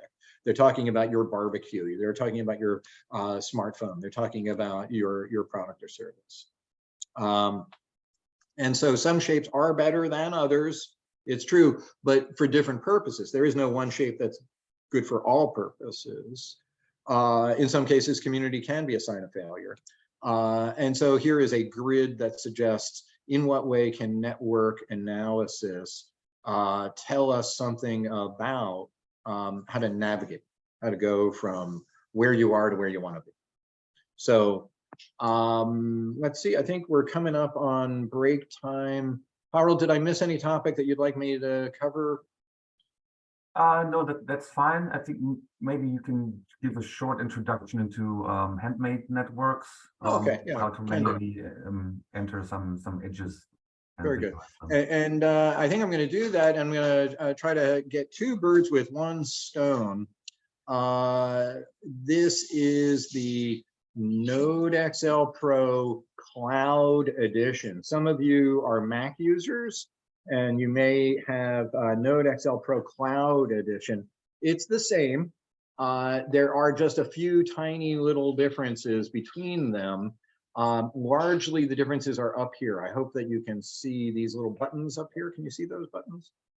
So what do we have here? We have 7 little buttons at the top of the page. And so these are the different features from the desktop version. The desktop version does not have this. And these features, of all of them, the ones that really are important are, I think, this thing. This is the copy and paste to the local device. So how do you get sort of data in and out of this virtual machine? You use this. And the other button is the third button, the My Files button. This is how you move files up and down. So one is the clipboard, moving the clipboard up and back, and the other one is moving files up and back.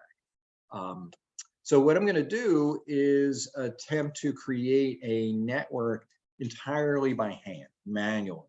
Now, a common way for you to generate a network might be to use the import menu. There's the import menu.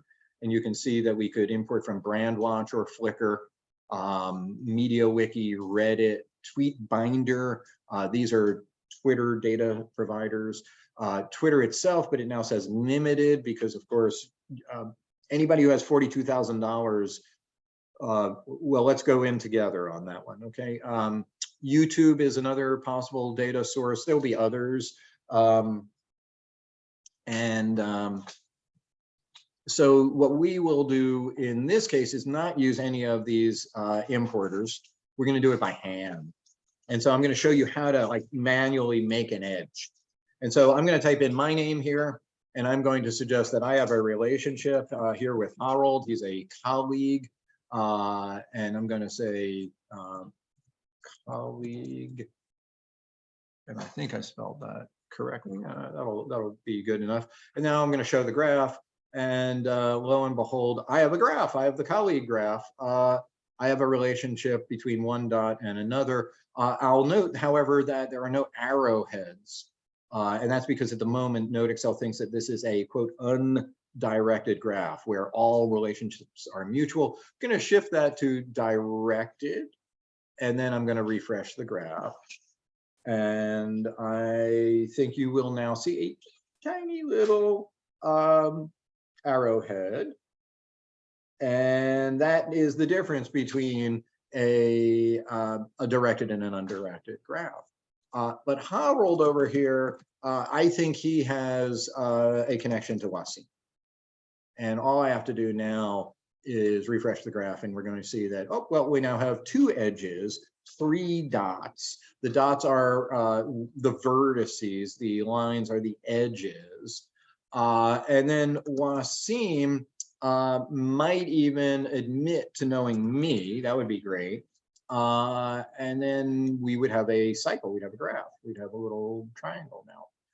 But what I'm going to do, I'm going to try to pull up the video with everybody's names on it.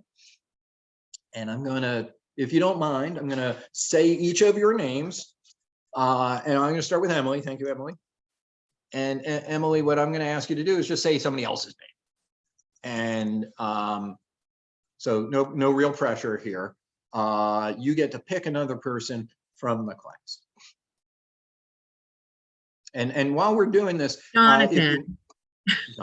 and while we're here, if you want to Thanks. say, where are you physically located on the planet, and what's your research interest? Please go right ahead. I'm on Long Island, Manorville, New York. Yeah, so Twitter I have done, but now we're not going to be able to do that anymore. But social networks in general, or any kind of network analysis, I'd looked at hurricanes and how they were linked to landfalls, and I've looked at Twitter. So yeah, and I had to pull up the participant list, and I'll pick Jonathan. Very good. And I'm going to now, thank you. I'm going to turn to Jonathan. I'm going to say, Jonathan, if you want to tell us where you are physically on the planet, what kinds of topics of research interests have you got? And if you'll then pick any other student, we would be very happy. Okay, I am in Springfield, Missouri, and my research interest is journalism and also misinformation. So looking at those networks and in social media spaces, but also in terms of newsroom change. Thank you, Jonathan. Jonathan, would you pick a name for us of somebody else in our class? Oh, okay. Michelle. Thank you very much. Okay, hang on a second. I'm just gonna, while we're here, do one of these. They're good. And now I'm gonna go over here and type in here, Michelle. Let me make sure I got that spelled correctly. Okay. And then I'm gonna turn to Michelle and ask her those two questions as well, three questions, I guess.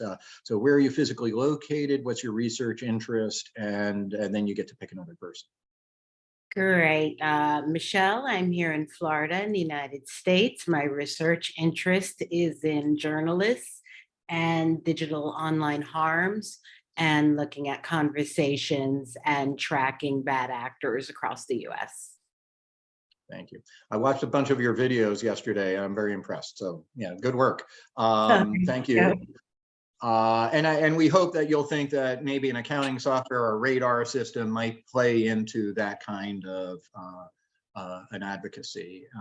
So thank you for that. Michelle, would you like to pick another person? Sure, I'll pick Purva. Okay, thank you. Okay, I'm gonna go over here and type in Purva. And of course, I should also refresh the graph as we go, and you're seeing now some complexity emerging in the graph.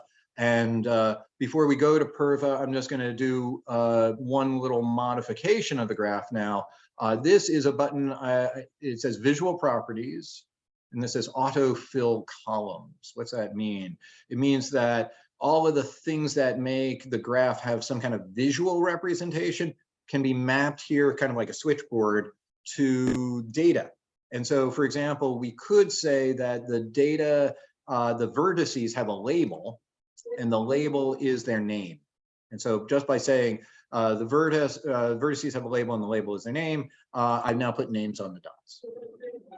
As we move along, I'll ask Purva some questions, and then I'm going to add color. I might add size and shape, and so we can really decorate the graph in some interesting ways. Okay, so Purva, let me see if I've got that right. Very good. Purva, may I ask you those three questions? Where are you physically located, your research topic, and you'll get to select another person. Hello, hi, can you hear me? Yes, I can.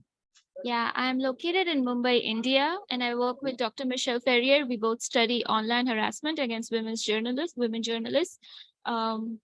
And I would pick Lucy from our chat. Thank you. Okay, I'm going to type in Lucy's name. Thank you for staying up so late. It must be very early in the morning for you. It's very late at night. Very late at night. There you go. On the verge of being very early. Thank you for staying up late for this.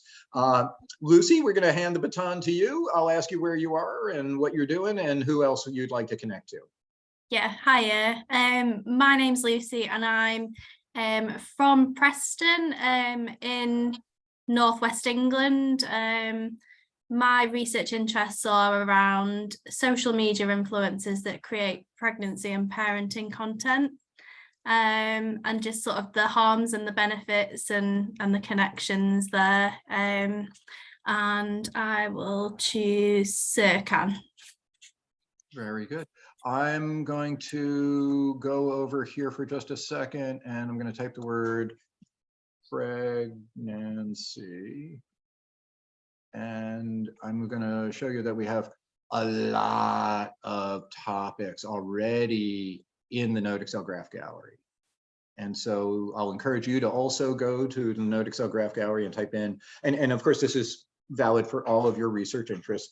Go to the NodeXL Graph Gallery, type in that your topic of interest, and you may find that there are papers, data sets here that are relevant. Now, admittedly, they're now going to be historical data sets. They're not going to be current. They could have been, you know, and parenthetically, I'll say it can't take more than 18 months before Twitter goes bankrupt and is bought by the Condé Nast publication company, and we go back to business. It'll be okay. Hopefully, it's a temporary problem. But the main point I'll make here is that I think there are research artifacts of value for many of your research goals that you can already find here in the NodeXL Graph Gallery. The second point I'd make is if we go to scholar.google, and then we would type in not only NodeXL, but also pregnancy, we might find that there are a few papers. And so how many? 213 papers are talking about NodeXL and pregnancy. Not all are going to be relevant for Lucy. I appreciate that. But these steps are good ways of bootstrapping your own projects. Find out if we already have data for you. Find out if there are already publications. It's an instant related work. It may help inform your methods section. It at least gives you somebody to cite. And it also helps see how did other people kind of approach this problem. So I just want to point those opportunities out. But here we are still in the NodeXL experience. And Lucy, I'm sorry, you did nominate a person and I forgot who you nominated. Yes, it was Serkan. Yes. So thanks. It's Serkan. But no problem. Thank you for staying in Europe. I'm located in Turkey. My interests are actually academical interests. I'm a PhD student, and my interest is actually brand equity. Well, and I nominate. I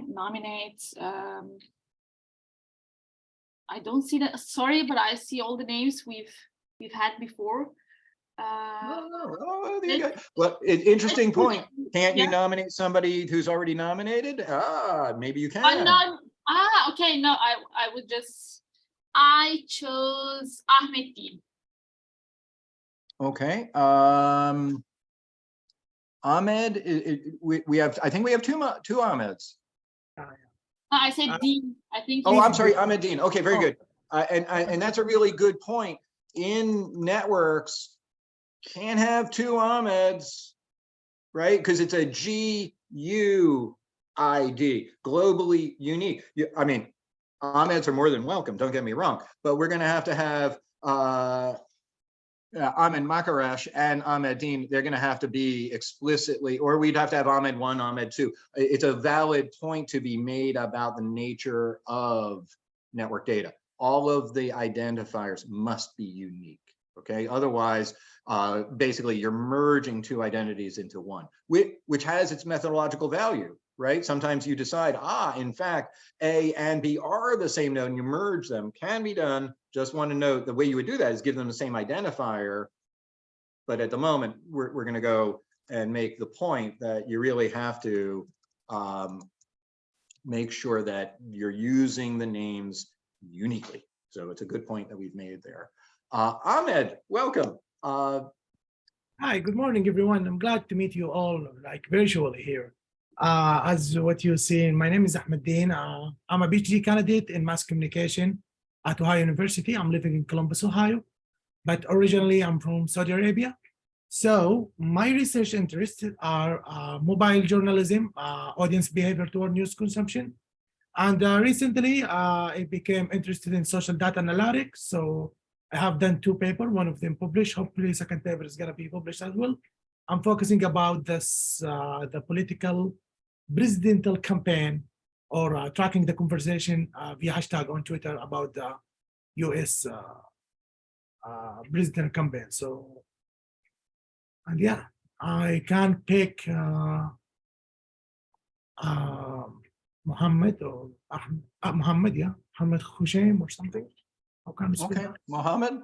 I think it would be Yes, cool to have an Ahmed talk, to link to an Ahmed, but you get to choose. Let's see here. Let's do this. Mo, and I think I'll use your first name only, Mohammed.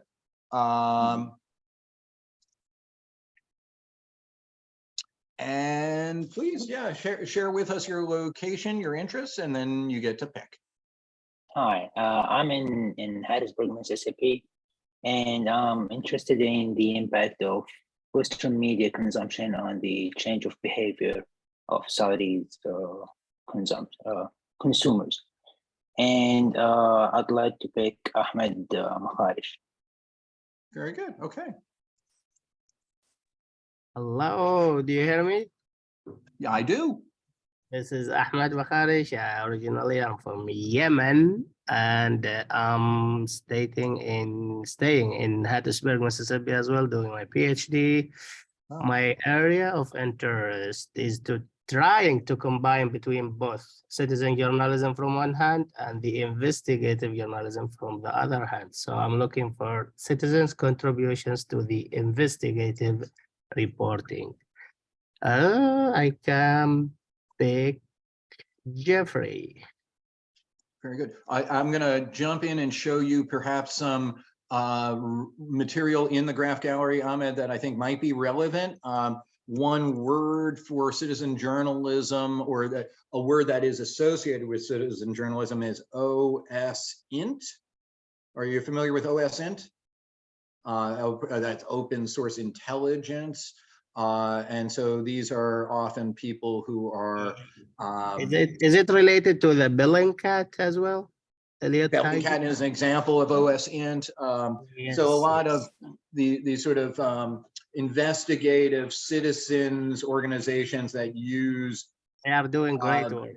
databases and search engines, and I'm seeing people increasingly now using satellite footage. Exactly. There was just a bunch of discussion about what did the area on the other side of the dam in Ukraine. They're taking photographs from the sky, looking at the flow of water before, during, and after the terrible events in around that dam. Certainly, in the recent time, like huge media corporations, they've been forced to collaborate on citizens from the field. So this may help you find people who are using NodeXL in the sort of citizen journalism form. And then, of course, journalism as a term. We certainly have, for many years, a weekly process of making a map of a term, DDJ, data-driven journalism. We are in a collaboration with the GIJN, the Global Investigative Journalism Network, at gijn.org, and a shout out to our good friends at gijn.org. And their conference is about to be hosted, by the way. That's right. That's right. So we do this every week for them. Have done that for about, I guess it's almost 9 years. We do that.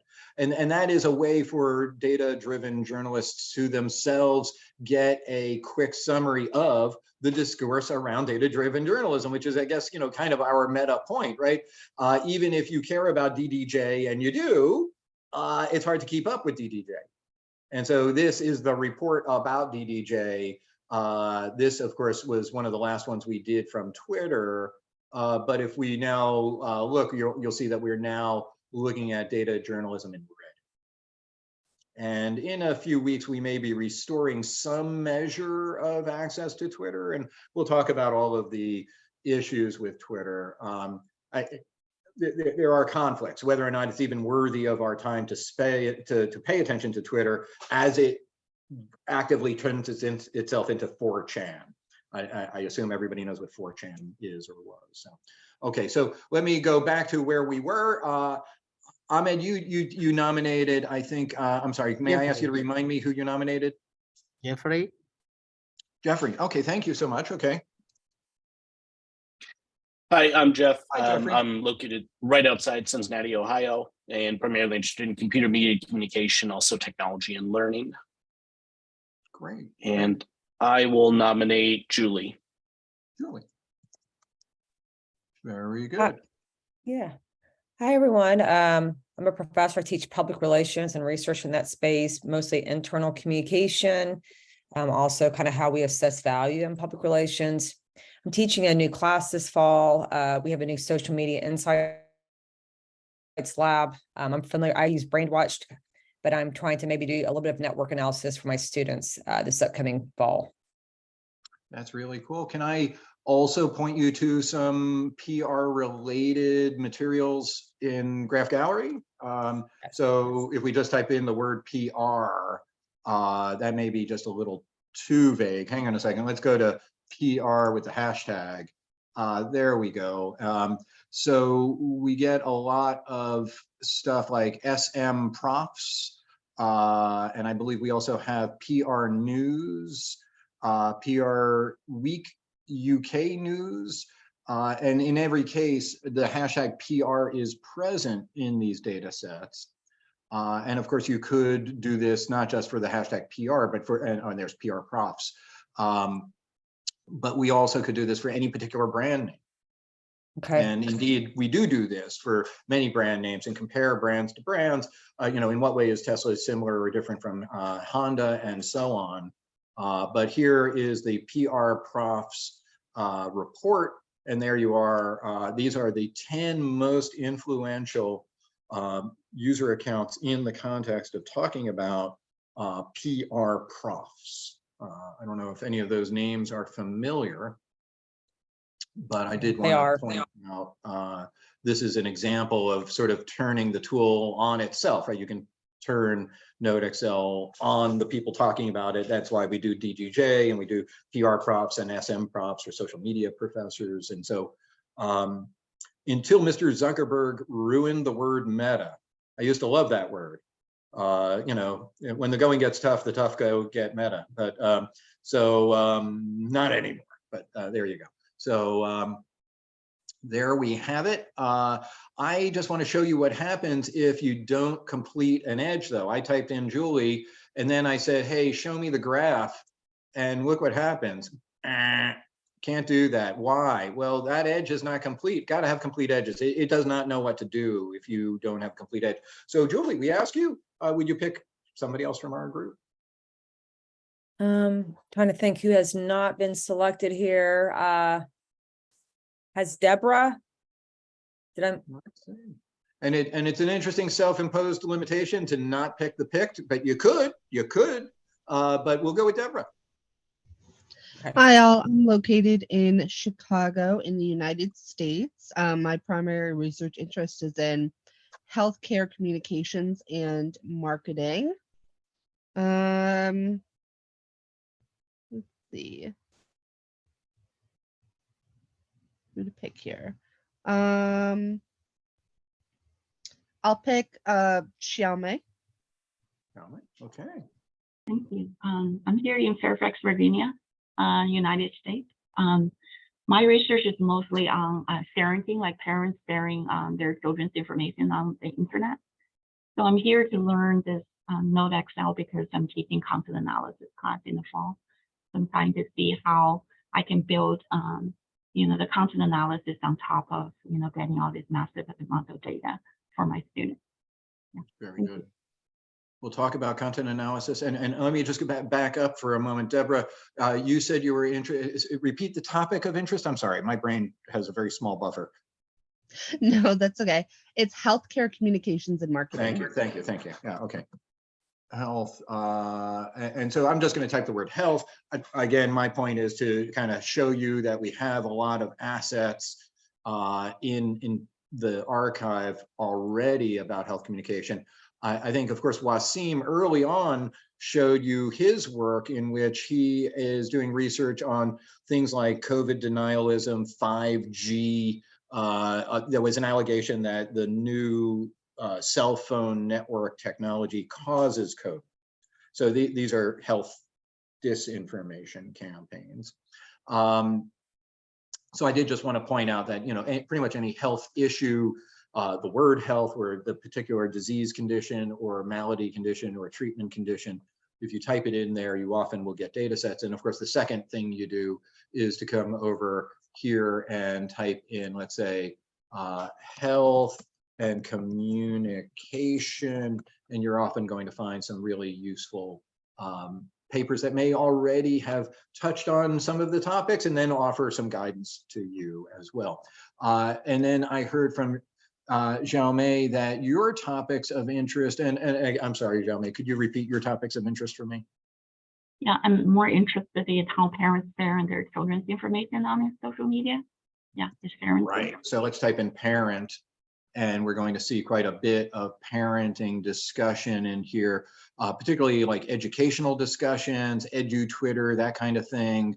And there's a lot of gender discussions. And another topic that was very well covered is educator chats. And so, for example, SC chat, that's school counselor chat. But also all kinds of education related and parenting topics certainly covered in the data sets.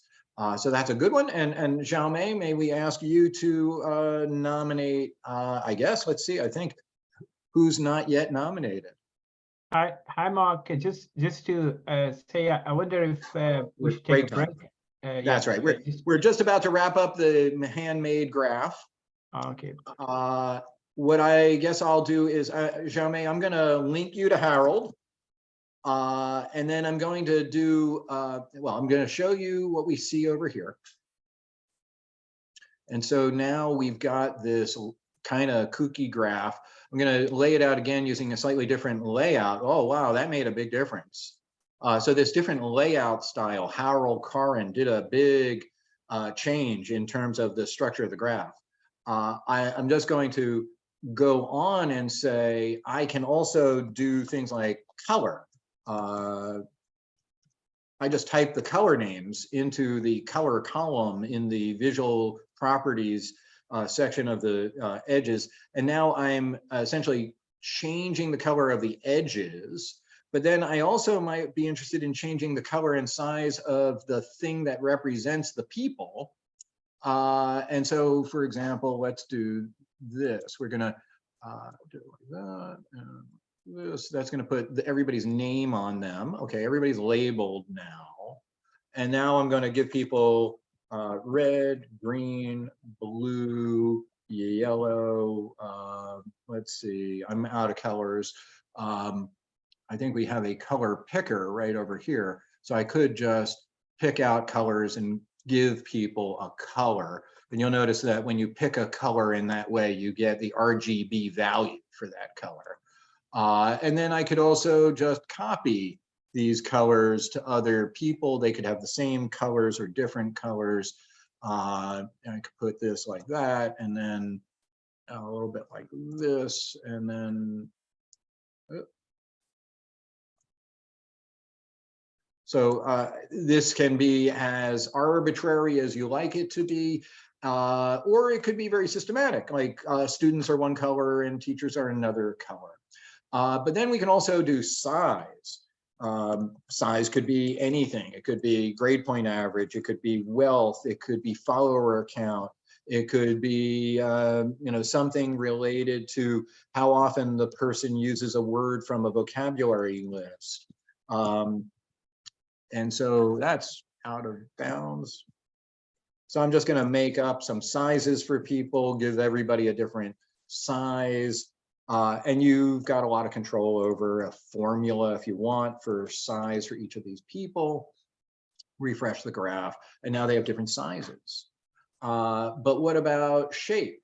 We could also use shape. So there is disc, there is sphere, then there's also a solid square. I think we've got a solid diamond. And so we could take these shapes as well, and we could assign them to people. let's go do that. Give everybody a shape. There we go. And now, if I refresh this, I'm now going to see shapes. And I could also scale things down a little bit. That way they're a little bit smaller. That's a little bit better. I could also play with like the size of the vertex labels. There's label size, vertex label size. And I can say, look, 8's a little tiny. My glasses don't go down that small. This is a little bit better. And so on. So we can really control the look and the feel of the graph quite a bit. But what I think we also want to do is perhaps explore what would it look like if the graph was a little bit more complex. So you all created a chain of nomination, and that's great. But what would happen if we generated a whole bunch of other edges, right? So we're going to go and take everybody there and take everybody who's here. And we're going to go like this. We're going to paste in a bunch of names and do something like this. Paste these over here.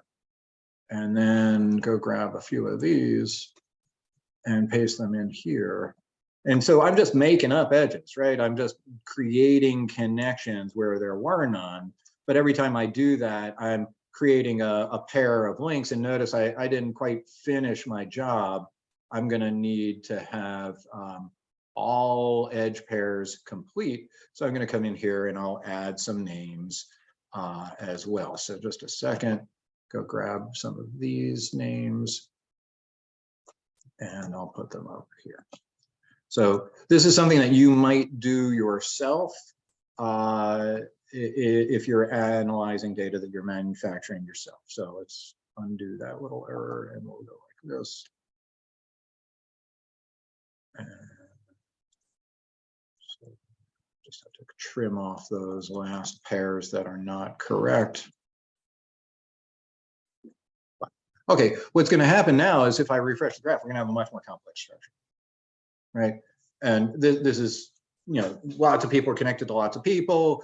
It's obviously not real data because we haven't created a single hub. But I think these steps help you understand how you can actually reach in directly and manipulate the graph. We've just created a bunch of connections. We decorated them. We can even put a URL. We could right click these things. We could have it jump off to people's profile pages. We could put pictures in their places. We do a lot of things in terms of the look and feel of the graph. So I think we should pause for a moment. We're going to take a break. This is also a moment where if you'd like to ask questions, we're happy to answer any questions. If you have questions about what we just discussed. After the break, we're going to hand it over to Harold. He's going to show you a very step-by-step guide in which he is going to use one of our importers. Typically, we would do a Twitter import. We're now shifting over to doing YouTube imports. There are still lots of sources of very valuable information, social information out on the internet.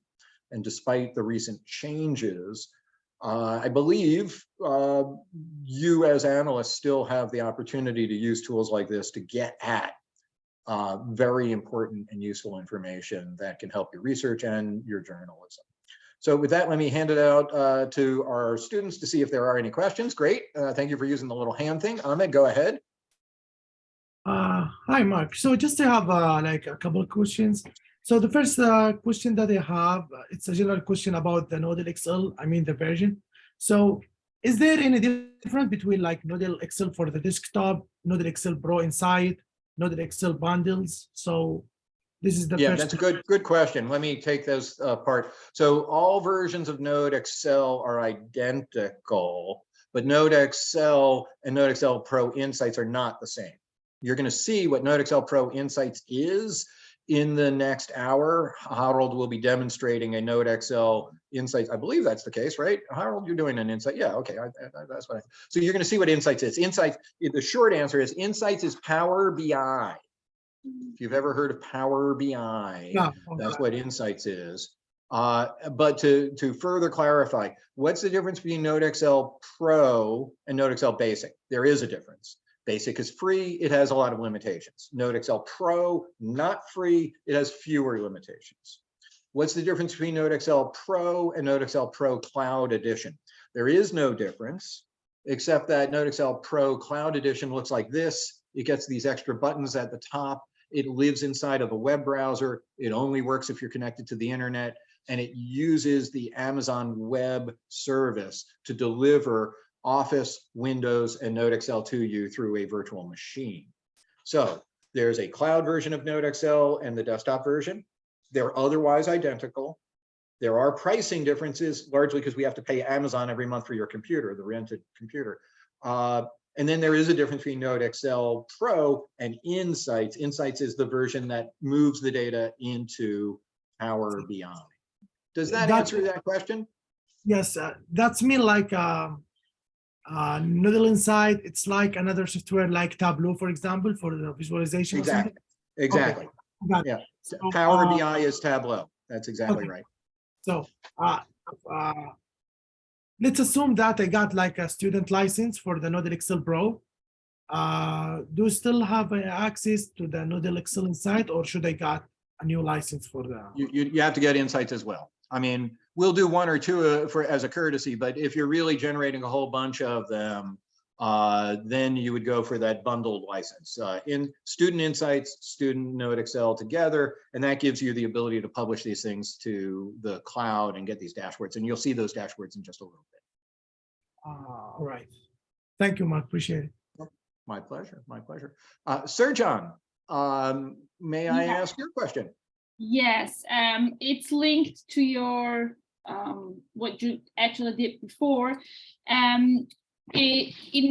For my research, I actually have to analyze if the Twitter users I analyzed, and I had the opportunity to get the tweets before Elon Musk came. And I'm working with the tweet finder, and what I wanted to analyze is actually if the Twitter users I analyze, if they follow the brand that they are tweeting about, and at the same time if they're following another brand. So actually I had to know if there is like a connection between the brands. So do I have to do this by hand, like manual, like you did, or does go and then come back then, because yeah, Wasim, just a minute. Let me mute Wasim. Unfortunately, follower data always was problematic. Oh, okay. Always, because it's a very slow. Some people have 1 million followers, and that really is a problem. So there were two problems. It would generate an enormous amount of data, and it was also the case that Twitter was not going to give it to you. We're now in a state where Twitter is definitely not going to give it to you. Yes, and it's too much data. So instead, if I may, well, first of all, on the screen, I'd like to point our students to the existence of the new import from tweet binder. Yes. And this, and so I'll just take the moment and say, it is possible to get Twitter data. The costs have gone up. The NodeXL team has reviewed many of the commercial data providers. We found about 6 or 7 that we can work with. I'll just say their names because I've just learned their names. Tweetbinder, Brandwatch, Talkwalker, Metricool, Sprinkler Social, and something else. And we're now going to import from all of them. Twitter's rules allow them to give you a spreadsheet with roughly 50,000 rows of tweets, 50,000 tweets at a time. So that's pretty much all you're going to be able to get into NodeXL from these services, which is okay. 50,000 tweets is a lot.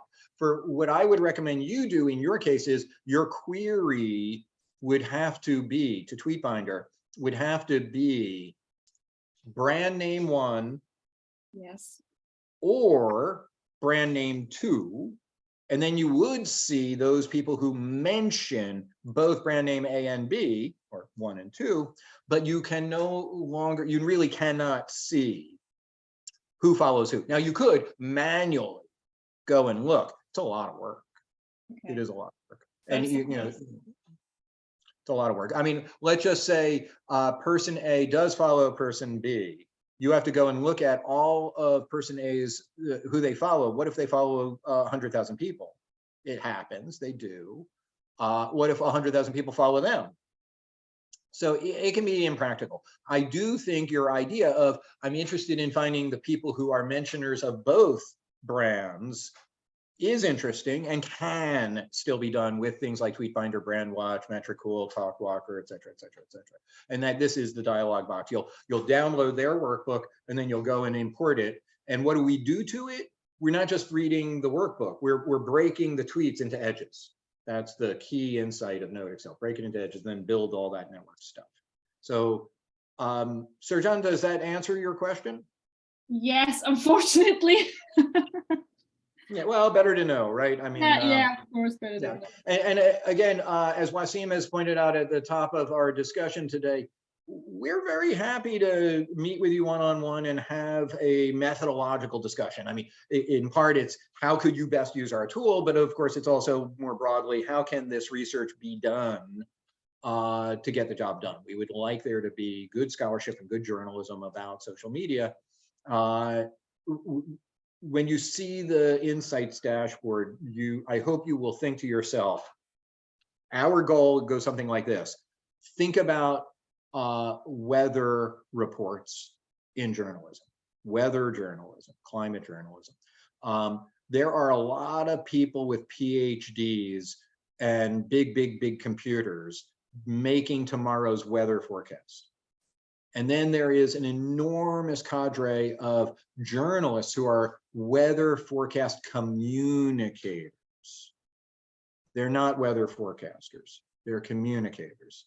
And that forms an ecosystem. You've got data sensors, you've got data models, you've got computation, you've got thermodynamics specialists, PhDs, computational specialists, and then journalists, communicators. And all of that is necessary in order to tell people, you know, bring a coat tomorrow, bring the umbrella, or run for the hills, you know, the rain is coming. I live in California, we have floods, you know, or drought, you get to pick. So that's a vision I think that we are trying to deliver, that there could be journalism about social media that is similar to the journalism about climate, which is to say, there's a storm coming, or we had a storm and this is how big it was, that kind of stuff. So I'm going to leave that there. I'll talk about that in about 2 hours again. But I hope that that addresses your question, Sir-John. Yes, thank you. Okay. To everybody, of course, if you want to be on break, that's fine. Otherwise, I think this is the break. Let's see, it is now 33 minutes after the hour. Shall we reduce the break to about 15 minutes and reconvene at around, let's say, 10 minutes to the hour? I'll look for Harold and Wasim to ratify my proposal. Okay, yes, 10 minutes to the hour. We're going to go on break. If you come to the, I'm going to turn my camera off, but if you come and talk to us, we'll be here. Okay, and then 10 minutes to the hour, we'll have Harold start in. He'll show you how to do the same kind of stuff, but with YouTube data automatically. And he'll also be showing you what a dashboard for Twitter data looks like using our product we call NodeXL Pro Insights. So with that, we'll see you in about 18 minutes.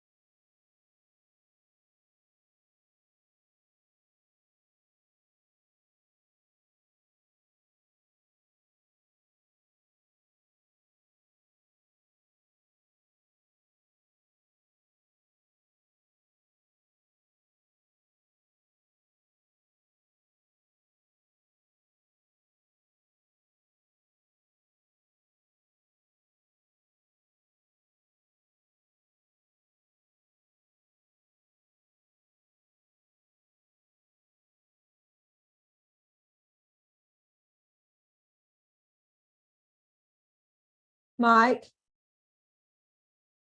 Mike. Our plants outside look like they're dead. Yeah. And they're so dry. All of our plants are dry.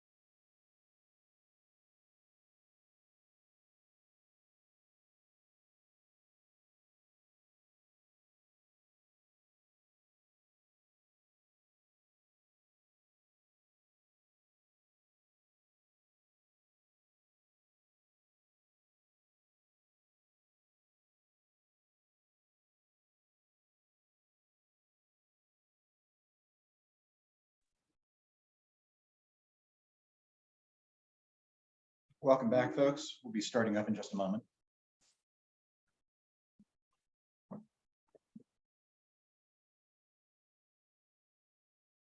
Mark, please unshare your screen. Can do, just a moment. All right, ladies and gentlemen, Harold Meyer will take us through YouTube ad insights.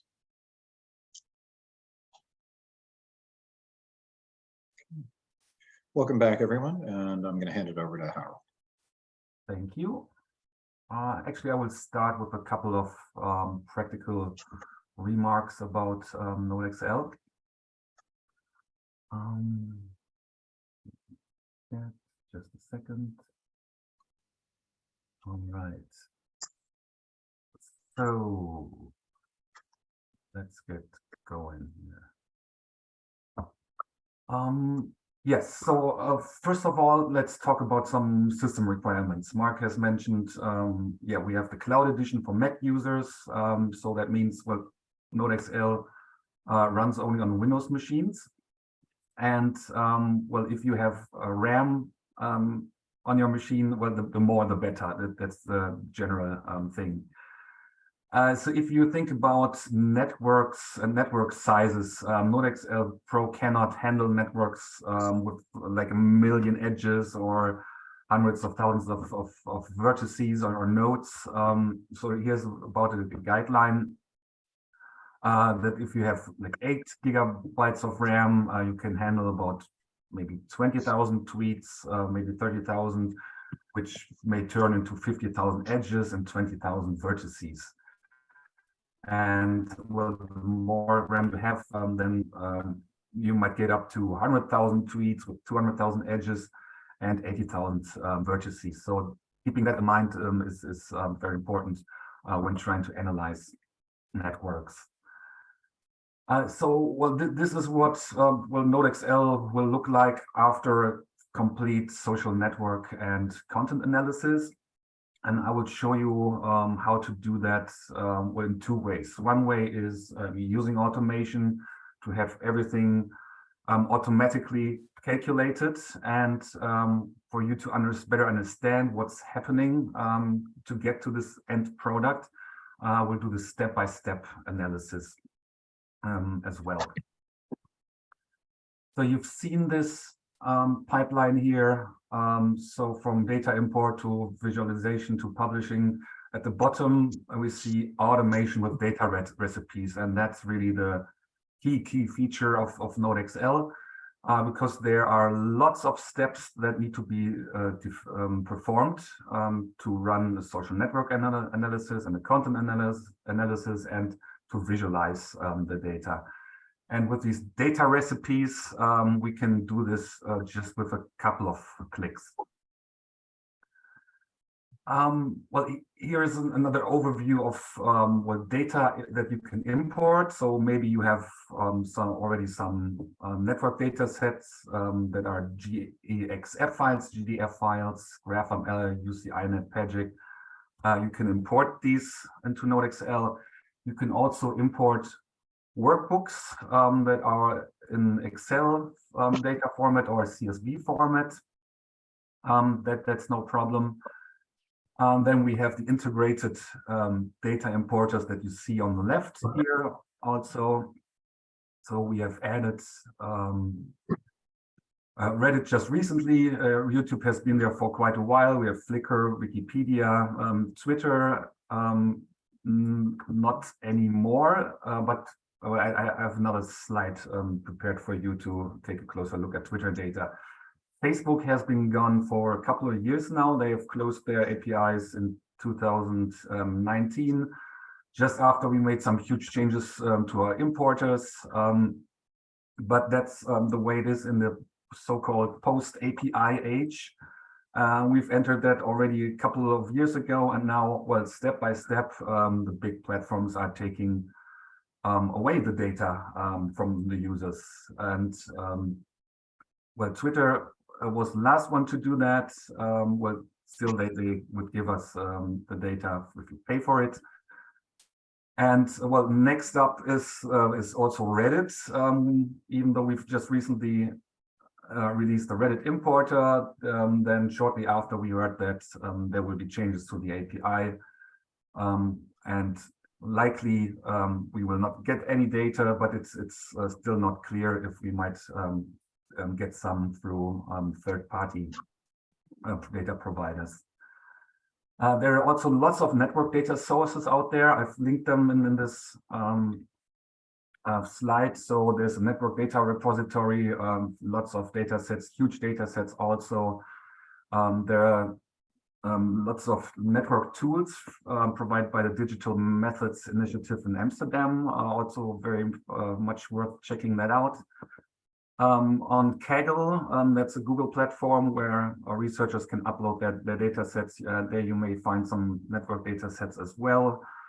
Then there are online databases which may not be providing actual network data, but they may have some possibilities to download Excel files maybe that you can then import into NodeXL. Here's, I think, the FEC, that's the Federal Election Commission of the United States, which is a huge, massive database of party donations to candidates in the US. Also, it provides data on how the candidates spend their money, and there's a lot to explore in there for as political scientists and also investigative journalists. And then there's also manual input that Mark has shown us before, which means so all you need to run a network analysis is the edge table with these two columns, vertex 1, vertex 2, that's the connection, and from that you can build a network. But if you have more columns that provide metadata on the connections, well, then the better it is. We can use metadata to visualize further the network. But not only the metadata that we have on the edges, if we have metadata on the users as well, then well, the network data set is much richer. And well, the more attributes we have, the more additional columns, the better we can analyze the networks. Then let's take a look at Twitter data. So we used to have 3 or actually 4 data importers. 3 of them are now inactive. There's still the Twitter Search Network 2.0 that works for some academics who have applied for the academic research track last year. But it's very likely that data will be gone soon, but still a couple of people are still getting some Twitter data from there. Now then, there's the big switch to the commercial data providers, and currently it's like that. That we have the tweet import from TweetBiner and import from Brandwatch. And these are still in beta version, but they already work well. There might be some bugs in there, but we will keep on improving that. So you might have already access through your the departments to one of these providers. So Brandwatch is a really big company that also provides a lot of metadata, and yeah, you can download data sets from those platforms that are in either CSV or Excel file format, and we can then import these into NodeXL and create networks from that. We are working on a Meltwater, Talkwalker, Sprinkler, Metricool. Well, actually, you name it. If you know a platform that you have access to, just let us know, and we will try to make things work. Also, for a couple of weeks, we have been working on a NodeXL Pro Twitter scraper that will be coming very soon. We're still testing this at the moment, so that will mean that if you should probably create a research account that you will then give access to the Twitter scraper. it will pull tweets one by one, and it will take a lot of time. So probably like 3 hours for 1,000 tweets, which is pretty slow, but it's of course better than nothing. So stay tuned for updates on this matter. Then we have the network analysis part in NodeXL, the cluster algorithm. That's what I call the network magic. Actually, it's not magic, it's mathematics. And we have 3 of these clustering algorithms available. Here you see how one data set is calculated with these 3 different cluster algorithms. The result is slightly different because they use some different algorithms, but in general, yeah, these are quite similar. And well, besides the clustering algorithms, that's the network magic. Second is the metrics calculation, and we have well, actually 3 different parts where we calculate metrics. One is the overall network metrics, which is where one extra spreadsheet where you get that you see here on the left. So these are the indicators that will give us some information about the composition of a network. Then once we have calculated the clusters, then we can also calculate group metrics, which will then be shown in the groups worksheet, and also then at the basic level of vertex metrics. These are entered into the vertices spreadsheet. So Mark is answering the questions. So I think I just go on here, and we may also make some room for questions in the end. Then let's have a look at content analysis. If we have time data available on the edge of spreadsheets, then we can point our time series analysis to just that column where you find the time data, and then you will get a spreadsheet like this. You can also create data slicers in here and to look at subsets of the data in this feature. Second, very powerful is the text and sentiment analysis feature. So it's well, this is the window that's used for that. You just simply point this window or this here to the column where the text is located, and then this will be analyzed, and it will count the number of words, and it will also count the number of word pairs, and will give you a list that I will show you in just a couple of minutes. Here we have one box that's called the skip words list box. So these are the stop words that appear in every piece of text. We don't want to look at these because they don't help us at all. So we skip these words in the analysis. Then NodeXL is shipped with a set of positive and negative English words. These are the 2 boxes here on the right.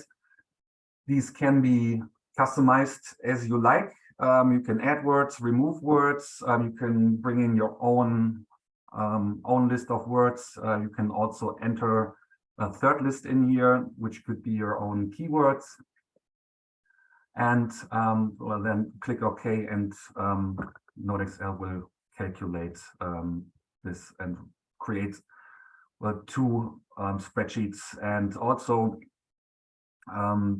the results from it then can also be used to visualize the network graph with a group and a box layout. So we have labels, and then we can show the top words or word pairs, or also hashtags of a group, so we can better understand what is going on in these clusters and overall in the network. So English is well, as a standard language shipped with NodeXL. Then we have a list for German words. So by the way, I'm from Germany. I've created that one. We've also created the data sets for Korean language. We have one for Spanish as well. And yeah, we will keep on updating this until we have all the languages in the world. Maybe as long as we don't have that, you can, well, look up places, databases on the internet, on GitHub, for example. There you find stop words list and also positive and negative words list in any language. But these may be of different quality. But just have to take a look and see, have a look at the results and maybe modify these lists to your own needs. Then we have another feature that's called the network top items. That means that we can pull certain counts of well, words, word pairs, hashtags, or anything that we pointed to from the edges spreadsheet. So in this case, we have also the top URLs that are embedded in a text. From that, we can derive the top domains as well. And then we get, on the one hand, an overview about the entire graph. That's what you see on the far left. The content and the counts. And then if we move further to the right on the spreadsheet, then we have the top 10 groups and the contents and counts that are present there. When we look at the network graph, the visualization, we have one really nice feature that's called autofill columns. So we can tell NodeXL to, well, color the edges to a certain indicator. Usually we use the edge weight. Edge weight is the strength of connections between two vertices or nodes. So that means if there are several mentions of one person by another person that will be in different rows in this edges spreadsheet, then these will be combined into an edge weight. So like the stronger the edge weight, then the thicker we can make the line, we can assign colors, we can also have different styles in these edges to make a distinction from a visual perspective. That's what you see here. So some lines are thicker, these are the red ones, and even the dash dot dot style. Others are thinner, so that means the connection strength is not as high. And well, yeah, we can have, like Mark has shown, we can have different colors as well. The vertices can have different size and shapes. We can label them as we like. And also, well, in this case, what you see up here, then those are the group labels. In this case, this is a data set that was made about tweets from the English newspaper The Sun and the interactions of the Twitter user base with contents from that news outlet. That's autofill columns. So you don't want to use your fingers or manually copy and paste everything. Autofilling will do the job. Then let's have a look at layout options. So we can say distinguish between the entire graph layout, which would be like the standard layout, or the group in a box layout. And here, this is the group in a box layout in the tree map style. Tree map means the largest group, the largest cluster that has been identified is in the upper left corner, and the smallest groups are in the lower right corner. You can switch this to force directed layout as well, or the packed rectangles layout. So that's one layout algorithm, and then a second layout algorithm, it would be how to lay out the vertices within these boxes. And there we have the Harold Coren fast multi-scale layout, which works very well, and that's the one that I prefer. But in some cases, the networks are very dense, then the Fruchterman-Reingold layout may be the better one. But there are also other ones. You can lay them out as a circle, a spiral, or as you like. We also have the path layout if the data gives us yeah, some information about yeah, the path that the information takes. So Mark can do a very long talk about that. Maybe he can talk about it later on. So that's not part of my presentation here. Then this is yeah, the entire graph layout that you see on the left. And then the same data set in a group in a box tree layout, a tree map layout on the right. Same data, just different layouts. And what I particularly like about NodeXL is then when we do the group in a box layout, then we have these labels, and these can give us good information to understand these clusters or communities that are present. Looking at the group in a box layout, here again on the left we have the tree map layout, and if you look at that, you might think that there are connections between all of these groups. And if we switch this to the force directed layout that you see here on the right, then you will see that these are two very different populations connected who don't have anything to do with each other.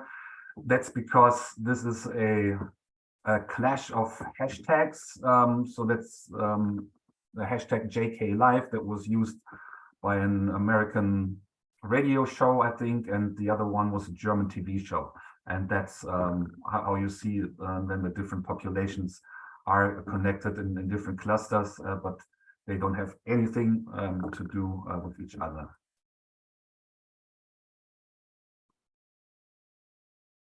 You can also use the so-called influencer layouts. That means you can assign certain values to the vertex X and vertex Y. So this will be the coordinates of the vertices, and using between centrality on the x-axis and eigenvector on the y-axis. Well, you can lay out this scatter plot where you see the actual influencers on the upper right corner, and well, the secondary actors will be in the lower left corner. So that's just another way to lay out the graph. Mark has mentioned and shown data export to NodeXL Graph Gallery. Also, I would like to show you now the export to NodeXL Pro Insights. So we have the feature in NodeXL export. So you can currently export Twitter data sets that we have created, that were created before the shutdown of the API, and export these to Insights. Currently, we now have these data sets from TweetBinder. We are working on the export from TweetBinder sets to Insights, but there's a huge difference. In the original data sets, we got a lot of metadata, and now from the other data providers, it's quite different. They have much less metadata, but still there is some on the edges and the vertices worksheets. But we have to adapt to that. And very shortly, we will release the export to Insights for TweetBinder data, but it will be not as rich as what we see here. But I think this picture here shows very well how the different dimensions of a network can work together.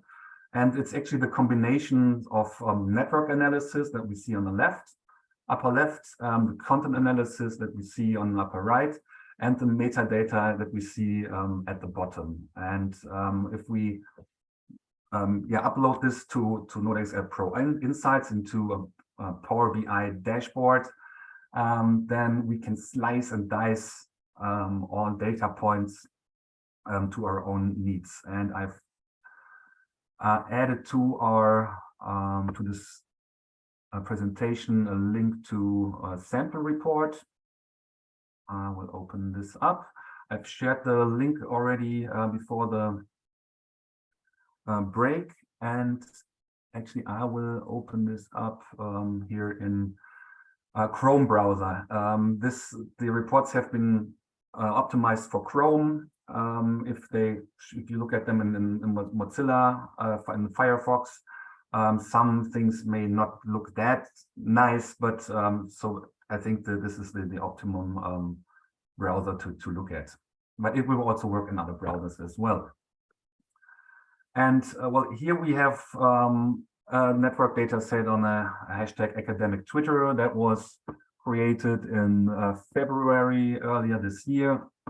We get an overview on how many tweets are there, how many users are in the whole network, how many of them actually are authors of tweets, and how many users are mentioned. So authors means how many users are in the vertex 1 column of the Edges spreadsheet, and the mentioned users are shows us how many users on a vertex 2 column of the Edges spreadsheet. And the number of connections is the actual number of edges or rows in the network data set. Here we see the top active users. So in this data set, this is one user with more than 300 tweets, where we could just click on that, and then the data here will filter, and then we see, oh, it's mostly retweets. Who was retweeted by that user? You can see here 41 times. This one here was retweeted. We can see that this user is in group 5. Here are the top hashtags that were used by that user, and the domains that were embedded in these tweets. I unselect this. Well, I could also just click here on group 2. So that's the cluster 2. That's here in the lower left corner. And now it will filter down the data set to the most active users just in this cluster. It shows us that it's mostly about retweets, and that's what we expect if we have this kind of broadcast network shape structure. And then we see, well, this person was mostly mentioned. Well, the most active one is actually the one who was most often mentioned in here. And again, we see a filtering of the top hashtags and top domains in here. And that's just the starting point. We can go to the first page, and then we have a better overview. Again, the groups can be selected in the upper left corner here, and then everything is filtered. And you see the connections table that's derived from the edges table in NodeXL. Here we have the time frame analysis for a quick overview. The metadata in here this was from the API version 2, shows us the language of the tweets. That's not available in TweetBinder, for example. The client app is in there, which shows us which device was used when a user tweeted. So was it an iPhone app for Twitter or Android for Twitter? That was all in there. That's gone for TweetBinder data, but I think it's available for Meltwater data and I think Brandwatch as well. So depending on what and where you get the data, these visuals will be populated or not. But we will have well customized insights reports for all of those commercial data providers. And then what you see here are 18 different or 17 different report pages. I will not go through all of them here. We'll just click very quickly. So this will just show us the NodeXL layout, similar to the one in the network graph. This is then interactive. There will be better network visuals in the future. We can also connect this with graph history. That's a very nice addition to the NodeXL family, which is really very, very quick well, network analysis platform and also a network visualization platform, but it's not yet integrated in here. So this gives us an overview of the report pages. So very interesting is the time grid. So this gives us some more detail. We can click on, well, any group, and it will show us well, the distribution of the tweets in that group over time. We can go through all of these. We can just look at the most active user when this user tweeted, or we just look at, well, when was the hashtag PhD chat used in combination with the hashtag academic Twitter. So it's all interconnected.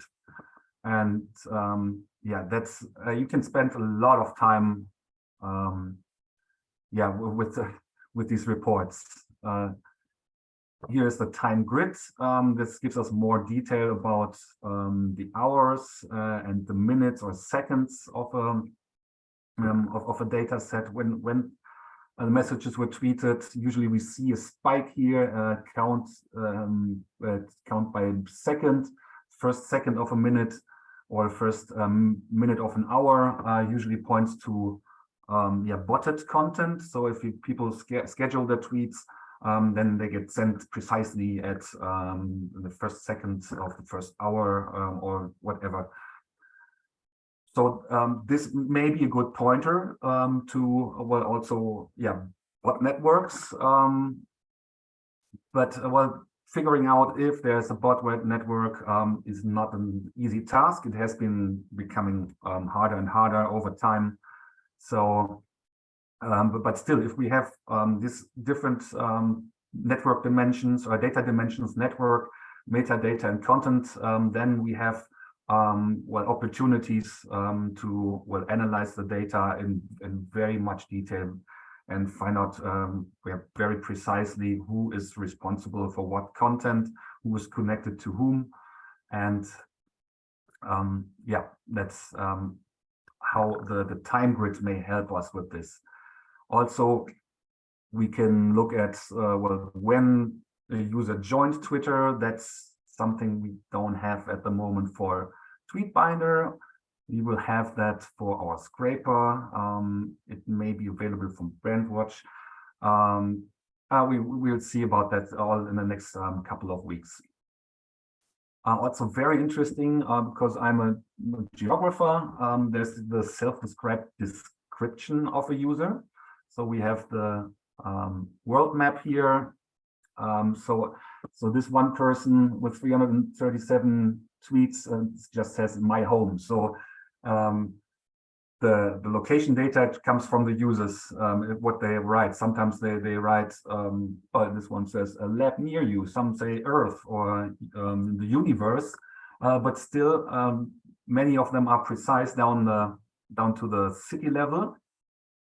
And then, yeah, we can see, well, where there's a spatial bias of the network or a certain group. Let's click through a couple of those. So it is mostly Europe, North America, but also, well, it's some from around the world, but mostly transatlantic tweets or people from the transatlantic region. Further, let's move on to top tweets. So we have hashtag clouds that are visualized here. That's helpful. Well, then what's the hashtag cloud about tweets that contain the URLs from science.org? This looks different. We can click through the domains and then see the hashtag clouds based on that. What's the hashtag cloud used by this user? Here we go. Same thing we have for words. Works similarly. The report page is pretty much the same. You can click through everything here by group, by content, as you wish, by user. And as another page here is the sentiment page. So these are the words that are in the sentiment analysis feature that I've shown you before. So that's the predefined list of words, and this just shows us how many of these words are actually in the data set. And again, you can slice this based on groups, users, contents as you wish. One very interesting page is the media page. It will show us the media images that are embedded in the tweets. You can slice and dice it here. So this page will only show tweets that contain media, and the others are not shown. Similar thing is available here for the web links. If there are embedded URLs in the tweets, they should be shown in detail. And one nice feature as well is the compare page. So we have two compare pages. In this case, we can compare two things. Could click on G1 on the left side and hold down the shift button, and then I select the second group on the right, and then we can compare these two populations, so cluster G1 and cluster G2, and then you have an overview of what's different there. The compare for page works similar. We could just select G1 here, G2 there, G3 here, G4, and then you can compare even 4 groups. All right, so that's NodeXL Pro Insights, a very valuable way to present your data. This is the public shared link. You can keep this one also private in your own workspace as you wish. And yes, well, this is Insights at its best with all the metadata. Well, actually, we didn't even use all the metadata that was available, but the most important. And now we have to work through this and take away a couple of things and we'll rearrange some of these report pages to adjust to the new data providers. But it's in general, it's pretty much the basics are the same. We have clusters, we have users, we have text messages, we have hashtags, we have words, just not as much metadata. All right, now I will show you how to run the network analysis. So here I have an empty workbook. I will show you how automation works.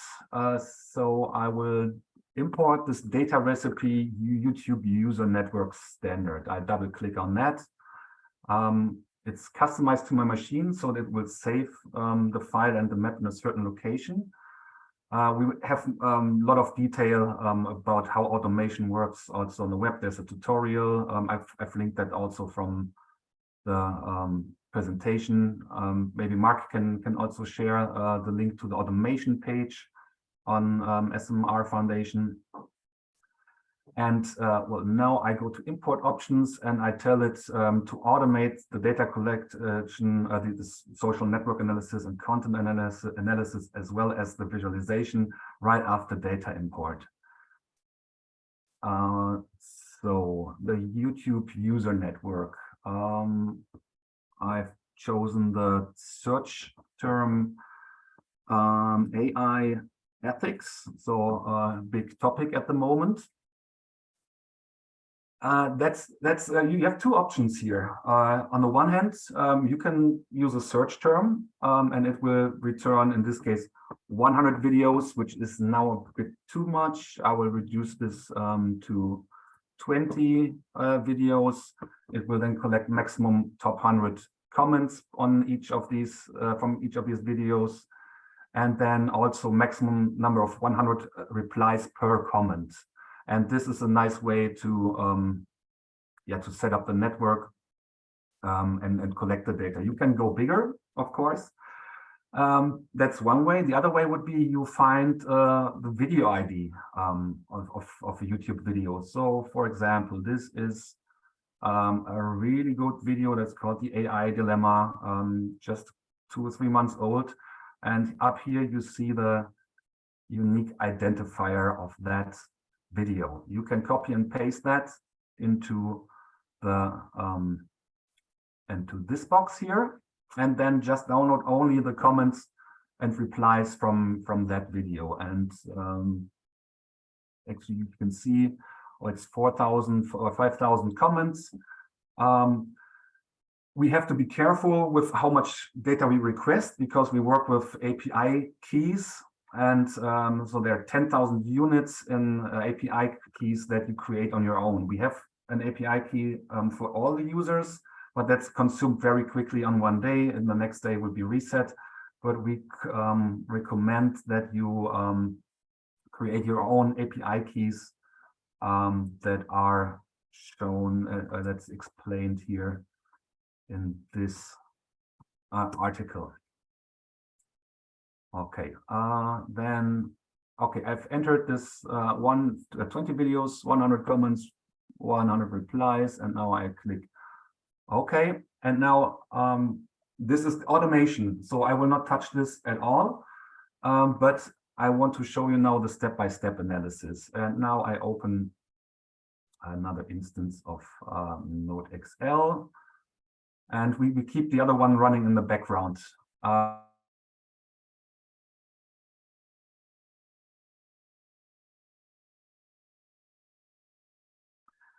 Okay, and while that first one is crunching, I think I was just gone for a couple of seconds because of my internet connection. So we'll keep that one crunching in the background, and it's already started to analyze the data. And what's happening during automation, I will show you right now. So this is a new empty workbook. And well, to make it a bit easier and quicker, I will also import the data recipe here. But I will not automate this after import. So I will check here import options, and it's not automated. And now I will also do the same thing, open the YouTube users network importer. And this data recipe is especially designed for this importer. There are also others for alternative layouts, but the standard recipe works fine. And well, now I just collect 10 videos, 50 comments. Make another edge here for replies. So we get edges. A user posts a video, that's one edge. A user replies to a video, that's also an edge. Sorry. A user comments on a video, that's an edge. And then users can reply to a comment. And that's the third category of edges that we get here. And so I make this a small data set. I can also sort the top videos here. So I get let's say the videos with the highest view count, the top 10 videos with highest view count, and I download the data. Let's add here again AI ethics. And now you see down here, it will pull the videos. And again, this is very quick. And within just a couple of seconds, we have the raw data here in this workbook. Just a second. Further, I would like to share, this is the detailed tutorial about user networks. We'll share that in this chat as well. Also, in our event folder, there we have the NodeXL Pro tutorial, social network and content analysis with new YouTube data. This is what it looks like.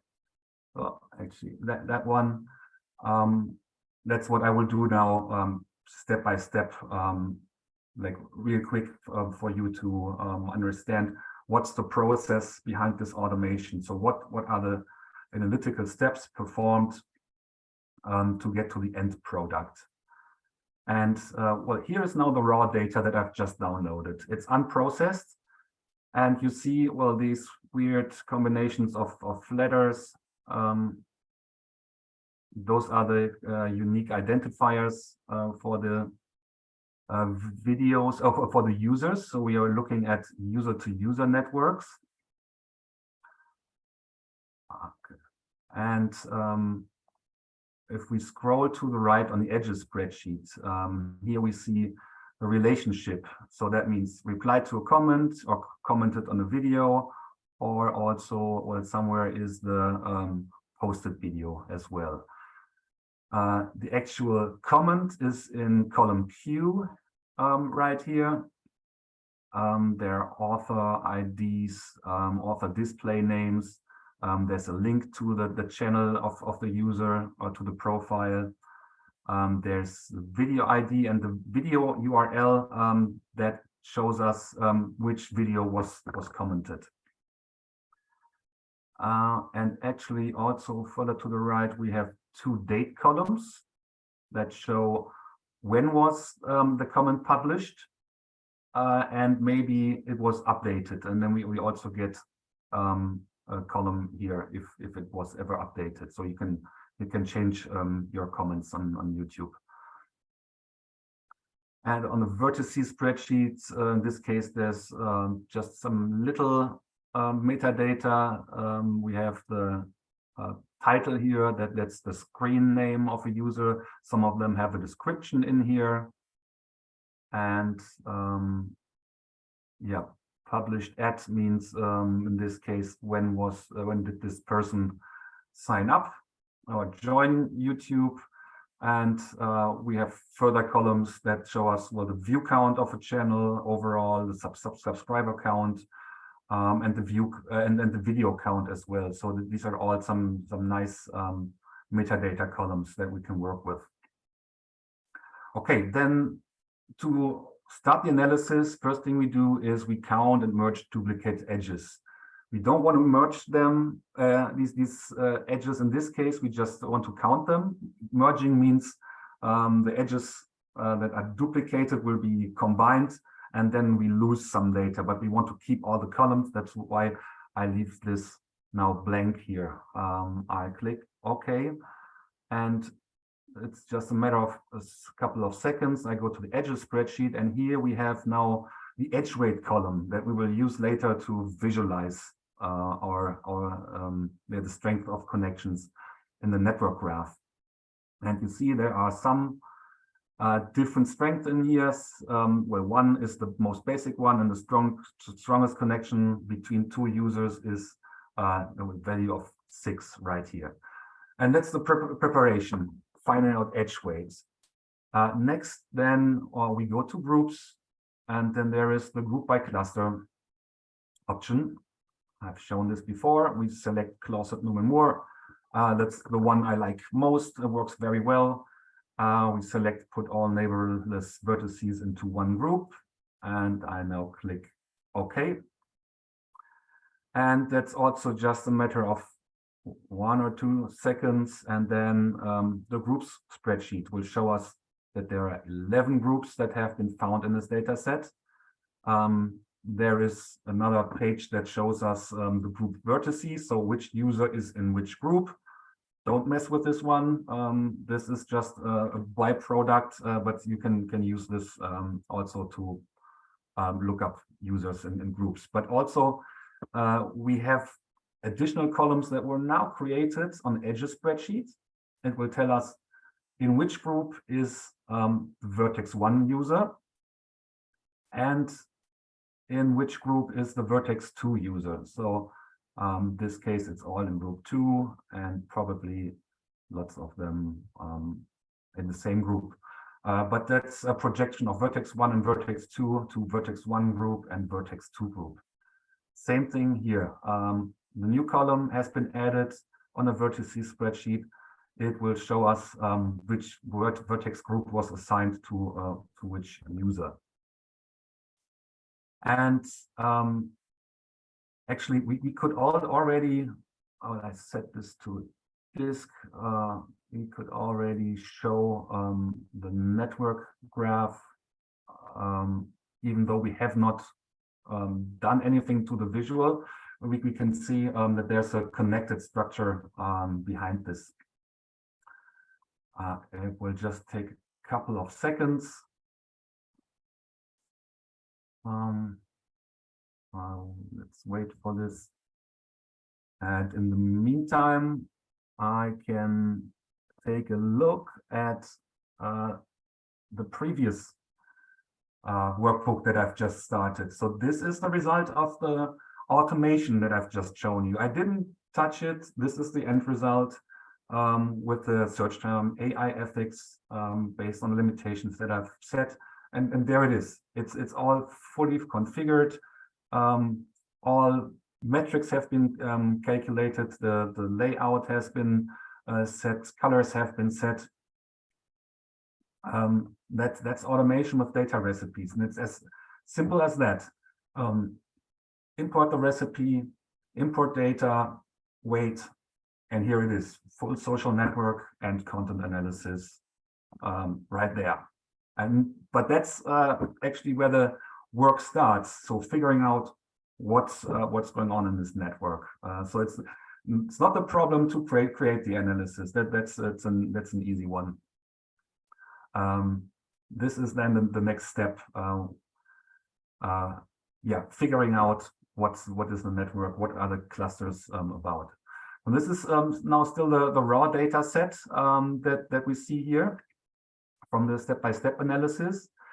And I will now calculate graph metrics. I deselect everything that's in here. So at the top, overall graph metrics. That will give us numbers about the whole network on its own spreadsheet. Then we have a directed network. I click on these vertex metrics that will be calculated.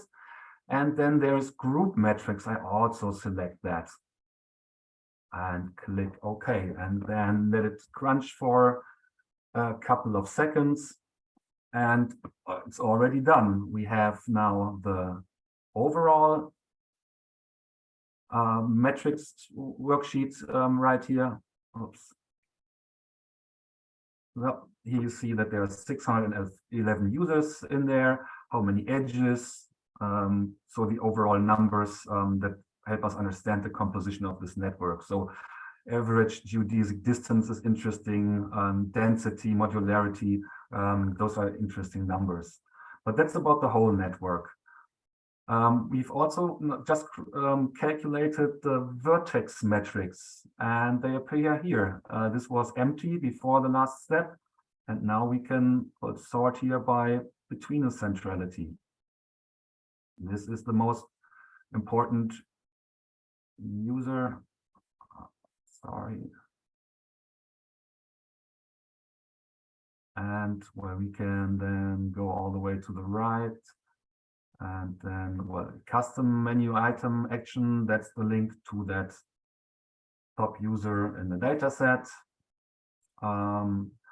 Center for Humane Technology. So that's the one that posted this AI dilemma video that I've just mentioned right here. Okay, and there's more that was calculated. So on the group spreadsheet, we now have numbers here that were calculated in the last step. So we have an overview of how many users are in a group, how many unique edges, how many total edges, how many self loops. A self loop means a person that commented, in this case, on its own video or replied to reply to its own comment, something like that. So that's all here. And that's the network analysis part. We're done with that. And next is, so let's go through this again in this tutorial. We've imported the data. We've prepared the data for calculating the edge weight. We have grouped by cluster. We have calculated the metrics now. And next will be then time series analysis and text analysis. And we do that also via this graph metrics window. I deselect now everything but time series. There are some options, and I point this. I've predefined this in the recipe, so I don't have to do it one by one. But this can be customized as you like. So we point this to the date column in the data set. That's called here published ads. The time slice will be by days or we can also use months maybe. Let's stick with days. A couple of slices have been integrated. I just click OK and calculate metrics. And then a couple of seconds later, we have the time series analysis available here. So that's a new spreadsheet that was created just based on the last step. Well, I could redo this now and set this to time slices of months, and then we could see how different it is with, and there you see. So, well, huge spike in here, but actually this is still a partial data collection. There will be much more comments, but this is just for showing purposes. If you expand the number of videos and a number of comments and replies, then this will look different. But on the other hand, AI ethics is a topic that was really boosted since the release of ChatGPT. And well, speaking of ChatGPT, I'm sure that I've tried ChatGPT to create network data sets. Did a couple of fun things to see what kind of network data sets it can create. So well, here is something I asked ChatGPT: create a table with two columns and show me the most popular emojis in column 1 and the opposite emoji in column 2. And that's an edge list, vertex 1, vertex 2. We can create a network from that. So I've been playing around with this. You can also ask for some well, citation networks. This doesn't work that well yet, but I could ask here, so show us the top researcher in the field of medicine and their corresponding fields of research, and you get a table like this. Or this one is, well, give me a table with the largest automobile brands and the largest suppliers. Well, here you go. Copy and paste this into NodeXL and you have a network. So there are lots of opportunities with AI, especially with ChatGPT coming up. So it would be interesting to see in how far it can really help us to create data sets in the future. Currently, it's pretty limited to the number of characters, but yeah, once this can create like thousands of rows, wow, that will be a game changer. And it's possible for sure. Yeah, let's see how long it takes until we get the really good network data from here. All right, back to here. So we have now the graph metrics, the time series analysis. Well, I now run the word pairs analysis. I point this to the comment column in the edges spreadsheet and click OK. Calculate metrics, and then we get two more spreadsheets. Here we have the words spreadsheets that shows us the words sorted top words in the whole network. Then if we scroll down, we will see that also by group. So this column says entire graph. If you scroll down, what are the top words in, well, group 1? Here you go, and you can go further down. Again, there's a second spreadsheet, that's the word pair spreadsheet. And again, we have the counts overall and by group, and word 1, word 2. You are now network experts. You know, this can be vertex 1, vertex 2. We can build a semantic network from this. Just from texts. We can build the same thing if we point the text analysis feature to the hashtags column, where maybe that's not in YouTube data, but on Twitter data, the hashtags and tweet column, and then we get the hashtag to hashtag network. Or video tags. So that's the video recommendation network, where we have video to video networks. So there are lots of opportunities to run the text analysis on different columns and then have this table with word1, word2, which can be vertex 1, vertex 2, put this into NodeXL and create a semantic network. Okay, now, well, the next step would be to, the last step of the content analysis is to run the network top items. And well, this is a bit more complicated, but here you tell it which columns you want to use for the data collection to make the counts. So for what are the top relationships in a group or overall and in a group, what is the top video in a group, hashtags in a comment, maybe URLs in a comment. I click calculate, and then we get the next spreadsheet, and that's called network top items.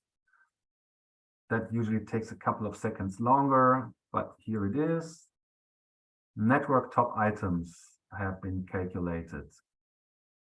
And now the last step I will do is I will run all of the columns, and there we will use the data that we have already created. So in visualizing the edges, we use the edge weight column. So for edge color, edge width, and edge opacity. In this recipe, I've chosen vertex size by in degree. Vertex label is the username. Vertex label position means I don't give a label to all of them because things can get messy. So if a user has an in degree of at least 1 or just greater than 0, there will be a label, and otherwise there won't be one. Okay, well, now I click autofill, and that also takes a couple of seconds. And well, that's basically it. It will now calculate these. I will have to reset group in a box layout. Then I can also switch from disk to image. And then the end result is this. So this is what we will get from this step-by-step analysis. You have a full social network analysis. You've run content analysis on text and time, on the overall network, network top items that are now used as labels here. So let's see. Oh, here it is. So this is still the overall network layout. There are different components here. So let's change this to the group in a box layout tree map. Okay, I now say layout again, and here it is. So that's the whole deal about automation. If we now want to very quickly create a Reddit network, I open new instance here, and wait a second.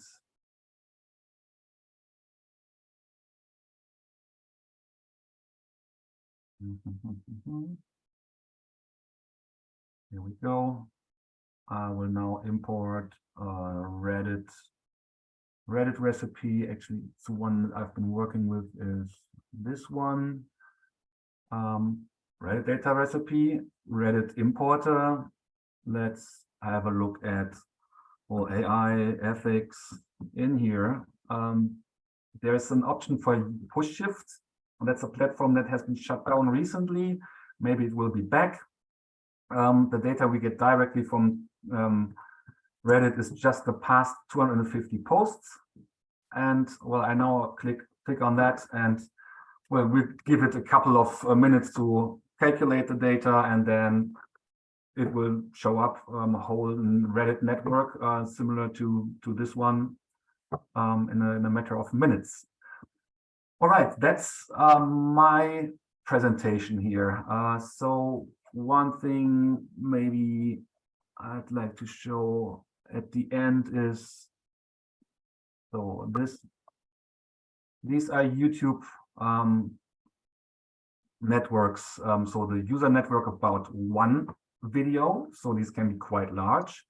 What I've just shown you is the multiple video import. So we get multiple videos with their comments. Then we can have recommendation networks, but this Google or YouTube will close this API part in July, I think. So we will not get the recommendations anymore, but still very interesting to look at. We also have a tutorial in our tutorial section on the smrfoundation.org. This is a Reddit network, so it's all Reddit users. Connections are made by comments and replies. We can create Wikipedia networks. So one could be the page-to-page network, and the connection is the page link, so the linked articles. Or we can look at the discussion networks behind the articles, or we can create edges based on co-authorship, and then we get these user networks. Flickr networks may look like this. Also, we have user networks on the left, and image tag networks on the right. Flickr API is also quite limited, but we can get some data. And this is something that I've based on the import from Open Workbook.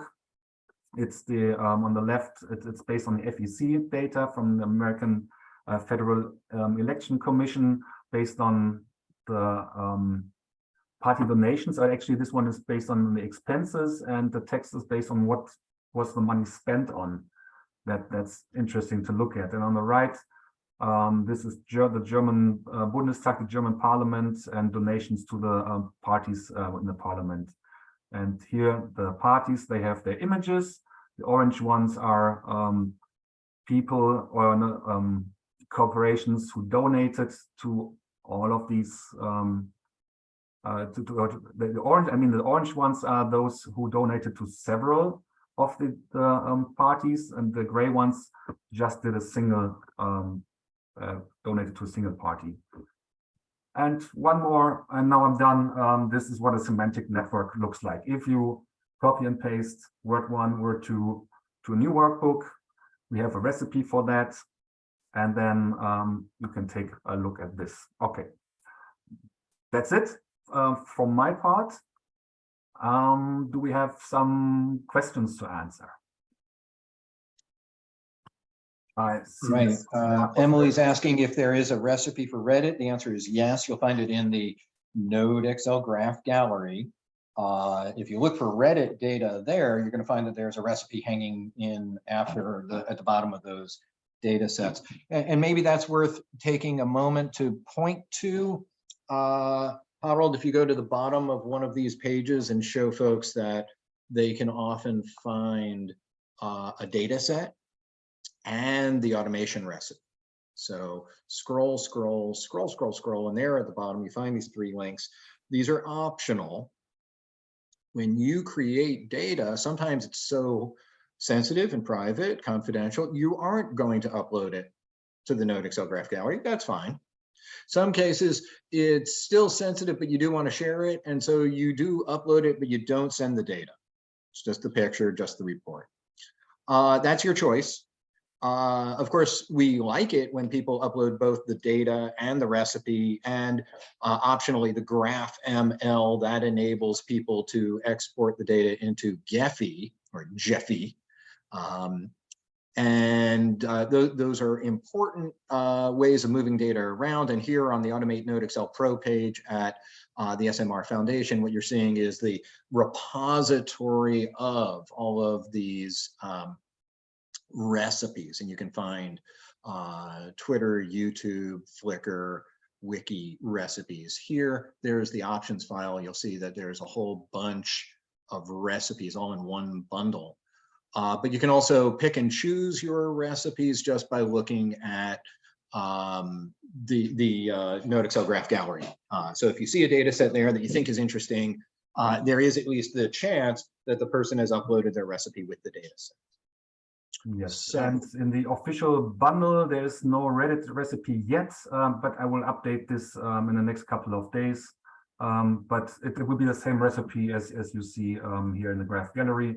If you enter the word NXL Reddit, you will see lots of Reddit data sets with the mostly similar recipes. Harold, would you grab a link to one of those recipes and just put it in the chat for folks? That'll simplify things, I think, for Yeah, a lot so of them. let's this one with German. I think we have a question from Ahmed. May we turn to Ahmed? Yeah, thank you for the presentation. I do have a question about how can I recognize the most influential, like who has the highest between centrality and Reddit, for example, like when we're back to the Excel sheet or the something, how we can like. Yeah. If you just scroll down a little bit here in the Reddit report, or for that matter, going back here into the workbook, there's a Reddit UFO. It's the silly season, folks, and we're now going to have a debate about things for which there is no evidence. As soon as they show up, I'm sure we're really going to know and not have to debate it. So one way to find out who are the people at the top of the UFO discussion, sort by betweenness. Here they are. So that's really just a simple act of using the Excel sort feature.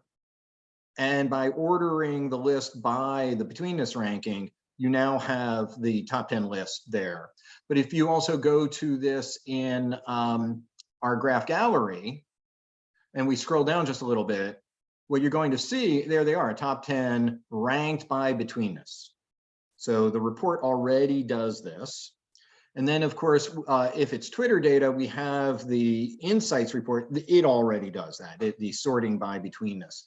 And in the desktop version, you also get this top items feature, and you can say, pick the top vertices by their betweenness centrality. And again, these are the most influential voices in Reddit on this topic in this time period. Okay. Does that address your question, Ahmed? Yes, but I'm specifically asking about where is that in the graph? Say that one more time. Yeah. Where is that in the graph here? Oh, where is that on the graph? It's in a worksheet. Well, first of all, in the vertices worksheet, sort by betweenness, there it is. And then also in the top items worksheet, there it is. And then I guess, Harold, may I request that you click the dynamic filters button in the graph pane? Yeah, just a second. So if NodeXL will highlight the vertices once you click a row. And well, this is then a second to top user. Will take a couple of seconds, and then it will. Well, actually, that's yeah, it highlighted here, yeah. And then it will highlight these edges, and that's how you find these in the network data set. You can also use dynamic filters. And well, the larger the network data set is, the slower this feature is. But here are a lot of options to filter. So if we scroll down, the vertex filters, there is between centrality, and if we move this up just a tiny bit, then you see a lot of these are then removed. And well, let's go further to the right, and it's less and less, and then we'll have the top. Oh, you're doing central closeness. Do pull that back to 0 and then do betweenness. Sorry. Yeah. And could I also ask you, Harold, to simply highlight the top 10 vertices in the vertices worksheet?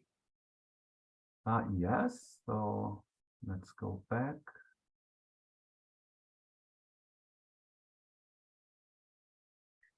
And you'll see that they light up over in the graph. There they are. And then if you use the filter, there they are. You're only seeing the, now as you scroll this way, only red items will appear because they're the highlighted ones, and they're the most between. And eventually not red items will appear because we've gone below the threshold, and now, you know, it'll be people number 11 onward. Ahmed, did that address your question? Yes, it addresses my question. Thank you so much for that. Yeah. It's also the same for the in degree and out degree, you know, right? From the you can sort by in and out degree, although we do recommend that betweenness is a better proxy for influencer, But yeah, sure, you can sort by any of these columns, including like follower count. It is Excel. It's just Excel. It's just a spreadsheet. You can sort it any way you like. All right. Thank you so much for that. Yeah.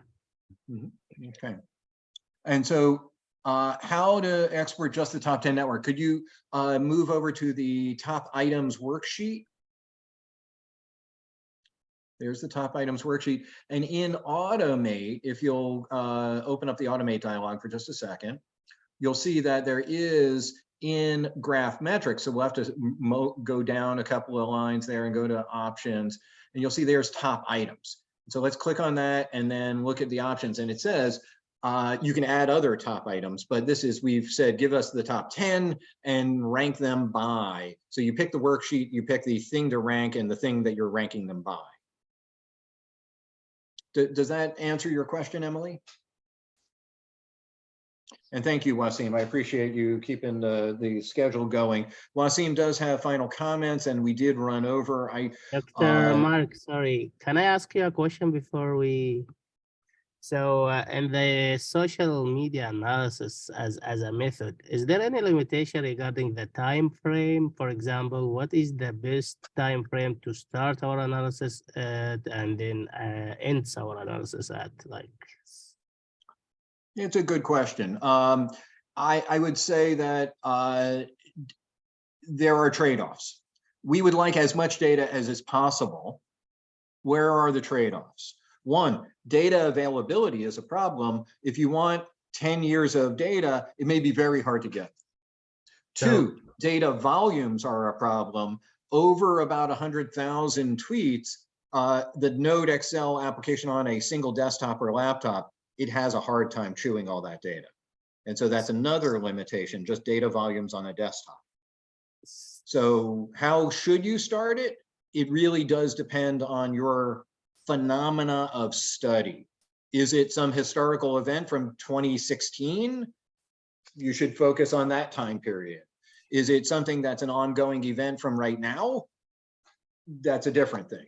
You know, I think we can probably zoom down to the hour at this, I think.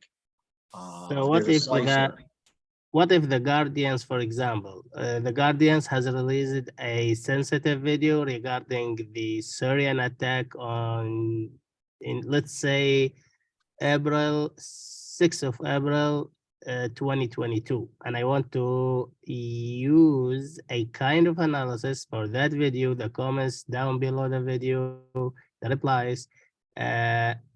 Can I make it just within a week and ignore the rest?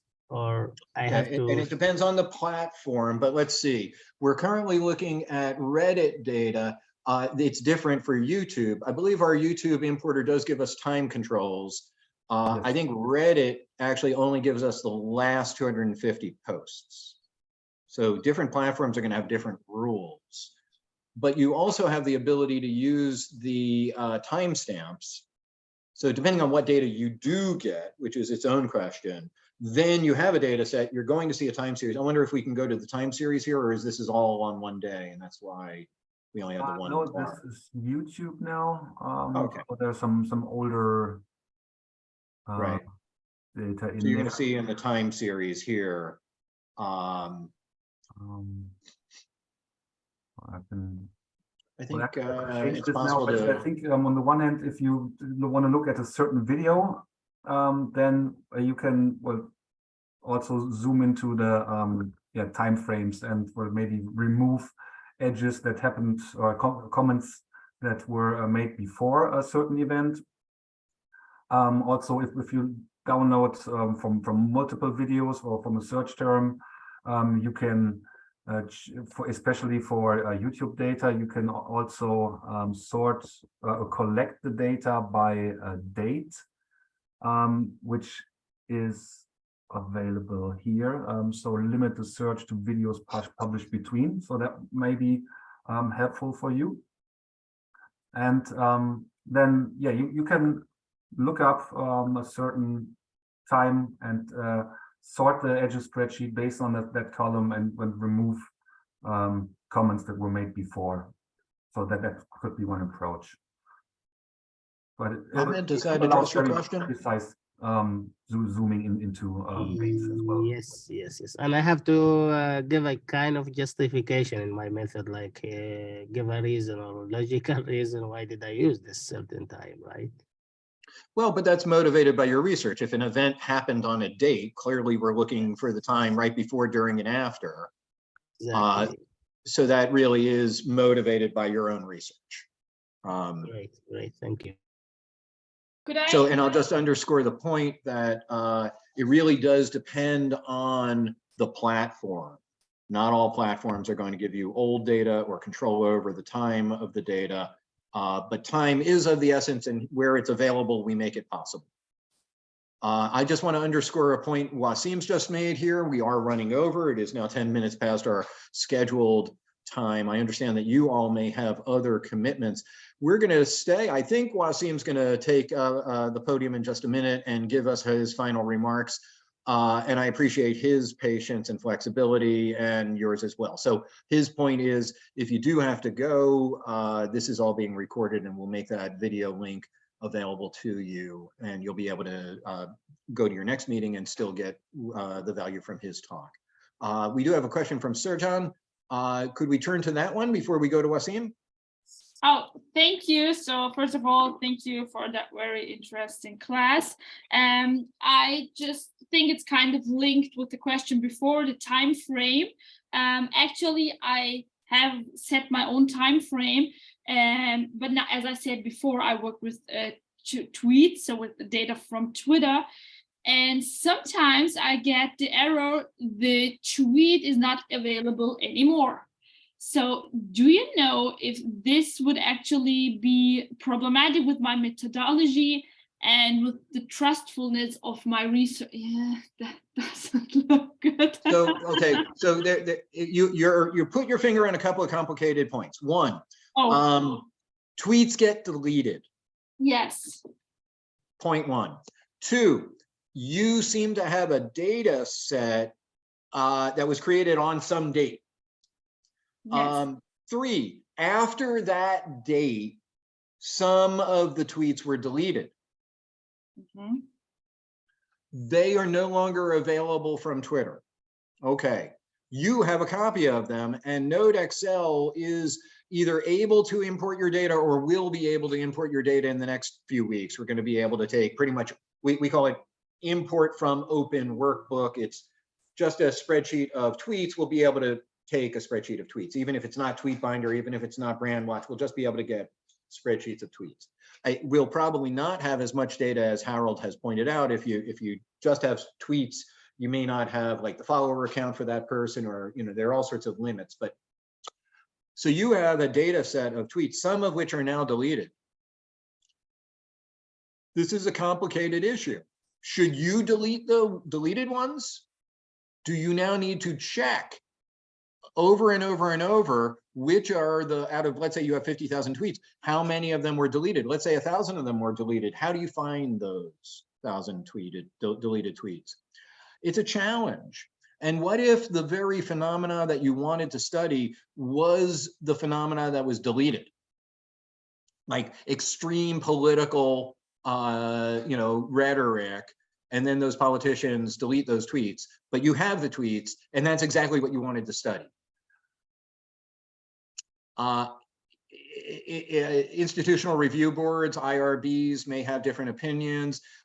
Research ethics have different opinions. The Hippocratic Oath, first do no harm, but to whom? Basically, you have a challenge. You have a challenge. We encourage you all to achieve, high standards of research ethics. Which is to say, nothing in NodeXL attempts to overcome kind of like privacy. It's not a hacking tool. It doesn't break into things. It doesn't take data that it's not entitled to, or at least it didn't until we started building web scrapers. And we didn't want to, but the world's changing around us. So I hope that I haven't given you too complex an answer to a too complex question. The answer is you have to make choices about what to do with the deleted data. Whether you're going to keep it or get rid of it or flag it as deleted, or how you'll flag it as deleted. It may not be very practical. At this point, Twitter will not really answer your question. I've got 50,000 tweets. Are they still all valid? it doesn't want to talk to you anymore. So I think the upshot is you have a research data set. Using it ethically means not necessarily drawing attention to vulnerable people. And also, where possible, we do recommend informed consent. So if you're going to write a paper and you're going to say user account XYZ said this, it might be okay to ask user account XYZ, hey, I'm a researcher, I saw your data, I did an analysis, you came to the top, I'd like to quote you in this paper, this is what it will mean, this is why we're going to do it, do I have your permission? And if they say no, you might want to honor it anyway, unless it's the extremist politician that you feel that you have to do this for other reasons. You know, it's a complicated swirl. There is no absolute answer for your question, unfortunately. But I hope that informs your thinking about your question. I'm happy to have that conversation in an offline environment as well. So let me just hand that back to Serjan and see if that addresses her question at all. Yeah, as you said before, I think I kind of addressed really complicated material here. So I'm looking forward to our one-on-one, I think, and have to make up my mind. Yeah. You know, it may be possible to look at any kind of data and then be very careful when you go to publication. Yes. And you might do some informed consent, except for those who you feel for whatever reason can't give consent, won't consent, and that their consent is not a necessary or sufficient obstacle to publication. That would be something you'd have to work through yourself. I think we should probably hand it over to Wasim. I'm sure he has other things to do. It's getting late over there, isn't it, Wasim? Thank you for your patience. I do appreciate it. Fine, no worries, Mark. Great discussions. So I just have, shouldn't take too long, just a couple of points at the end, just to talk about some of the work that we've been publishing, and just some kind of tips and suggestions for dealing with editor queries, queries from journalists, and also when publishing in a kind of online news article based format, some of the things that we've been told. So often we might get people looking at the social network visualizations that might be from a different background. They might not be aware of the kind of tools, methods that are used to actually use the network graph. So you might anticipate some questions around the kind of tools, techniques, and methods being used. In some of the papers, we've even added an appendix kind of summarizing all the key terms and tools and techniques, just so that readers are kind of familiar with them. We also get some questions when we look at, say, a subset of data, people asking why have you only analyzed a certain amount of data? Why don't you have kind of more data? So we often have kind of justifications built in to the paper about looking at kind of more defined time periods. We also get questions around the use of keywords to actually retrieve the data as well. So why are you only examining one language? Why aren't you using other tools? One that's been coming up a lot in our research has been the issue of automated accounts and bots as well. So kind of defining how many of the users in a data set might be automated. Why haven't we kind of checked for those as well? So we've got those types of questions. We've also been asked to change the layout of the visuals as well. So in certain journals, certain online venues, they might ask for less information. And in NodeXL, as Mark and Harold showed, you can actually use all those features in NodeXL to actually just show a small part of the graph, the network visual. So for example, if you just wanted to show, say, top 20 influencers in the network, or filter out the groups, you could do that as well. So you might be asked for that. You can also reference the 6 types of kind of Twitter networks and apply those to other platforms as well, because sometimes we get the query around not actually understanding some of the visuals that we've used.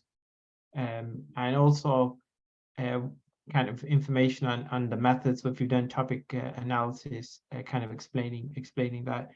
So this is one example of a paper that we published looking at the Premier League in the UK, where we looked at the influencers in the network. So we kind of just pinpointed who the key players are in the network, how they communicate with each other, and only showed certain groups of users, and actually filtered down the network graph just to show that kind of core information in a nice visual format. I just wanted to show you some of the outputs that we managed to get on the conversation website. So it's a platform for academics to share their articles, their academic research, but it's aimed at the wider public. So it's more of a news article, and the people working for this website are journalists. So you actually pitch to them, and then they run the article, and then you get kind of cross posted. So some of our articles got 200,000 to 300,000 page views. They've been cross-posted on other media platforms as well. And we've been writing articles using NodeXL and social network analysis on a wide variety of topics. So we've been looking at sports topics. So for example, in one article, we looked at comparing the social media kind of landscape of two fighters. And we did a very basic social network analysis. And we also did some analysis in NodeXL, where we just wanted to show some kind of key insights, where we zoomed right into the network that we thought the kind of wider audience and public could understand. So we just showed a partial part of the network and showed the location of the two fighters in the network as well. So that got some kind of wider appeal. We've also looked at hashtags as well, so viral hashtags as well. How do they spread? And again, using NodeXL, we can actually come out with some numbers and figures about people tweeting, and as Harold showed, the insights report, so where people are coming from. So again, wide interest in public want to find out where people are tweeting from, what locations are kind of working together. So in this particular article, we looked at where people were tweeting from, how they were coming together to actually share this particular hashtag. And we did some kind of manual classification of the users and their characteristics as well. So we've got a few papers out there. Again, recently, just a few months back, there was another big media talking point where YouTube influencer got in the ring with more of a traditional boxing fighter, and there was a buzz in the boxing world. So they actually contacted us and said, can you have a look at the social media side of things and actually compare the networks of these two fighters? So again, we did a social network analysis. We compared the kind of reach of the two followers. So the YouTuber had a vast amount of followers, bringing them into the kind of sport of boxing, and we were able to actually show that in a nice visual as well. So this was a kind of broadcast network shape, and we were very selective in this particular article. We just used one group showing this influencer towards the center and all the followers that they have. So the YouTuber kind of bringing them into the sport, and that's the narrative we built in this article. And then again, the insights report as well, and some key insights around that. So there is quite a lot of scope for doing this type of work, analyzing those networks. So news articles, academic journals, and so forth is a kind of wide variety and a lot of possibility and a lot of key features. So that was it for just a quick overview of some of the articles we've written outside of academia, and also just for some anticipation of questions you might get from, say, journal editors or the journalists themselves around kind of manipulating the visuals.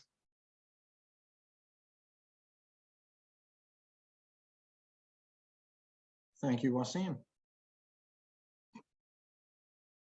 All right. Thanks to all of you who have endured and persisted through our few hours here together. We appreciate your company. I have a link that follows on Wasim's point about journalism. Let me share that with you all in the chat. Here's an example of coverage, well, a data set that was of use to journalism studying the public furor and a bunch of discussion around an election security organization in the United States.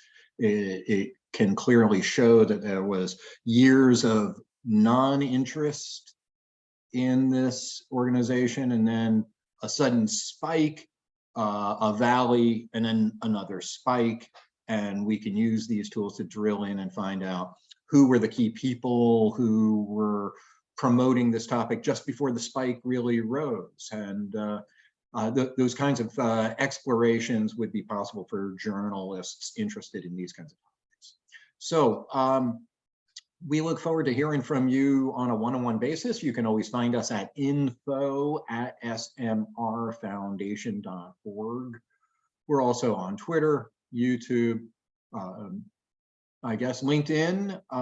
Where else can you find us? We have a Discord, we have a blog, we have an email list, we have a newsletter. I guess there's also the cabaret show that we do. You're welcome to reach out to us. We're here to help scholars and researchers and journalists essentially use good tools to understand the world. And social media is an important part of that world. And if not social media, certainly social networks. And if not social networks, then networks. Networks are important. And we would like people to think link. As a sociologist, in some ways, if I can get people to think about webs of connections, proselytization has been successful. That's our job. We're going to get you to sort of think in a sociological way. We call it the sociological imagination. We would like to bring the sociological imagination and its methods and its tools to what is a very important domain. Social media is the landscape of public opinion, of public sense making, of collective understanding, and it needs to grow up. And we probably need professionals and professional tools to help it grow up. I hope you'll be among them. Thank you all for your time. I'd like to thank my very able colleagues here, Harold Meyer and Wasim Ahmed. These folks make this really possible. And they are also the people you'll be communicating with. If you reach out, we'll be probably them. Thanks so much. I look forward to hearing from you myself, and we'll take any final questions if you have them, but otherwise I think we're a little over time and we're going to wrap it. So thank you so much, Wasim. Thank you, Harold. Thank you, each of you. Thank you. And then we do appreciate it. Thanks for joining the NodeXL Nation. Think Link, and we're happy to connect.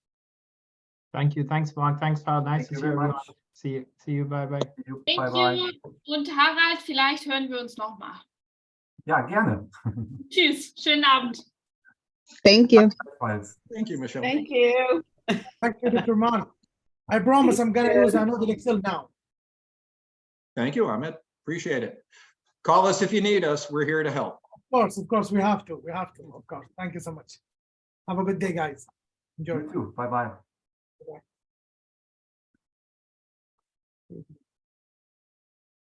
Okay, I think it's just us chickens.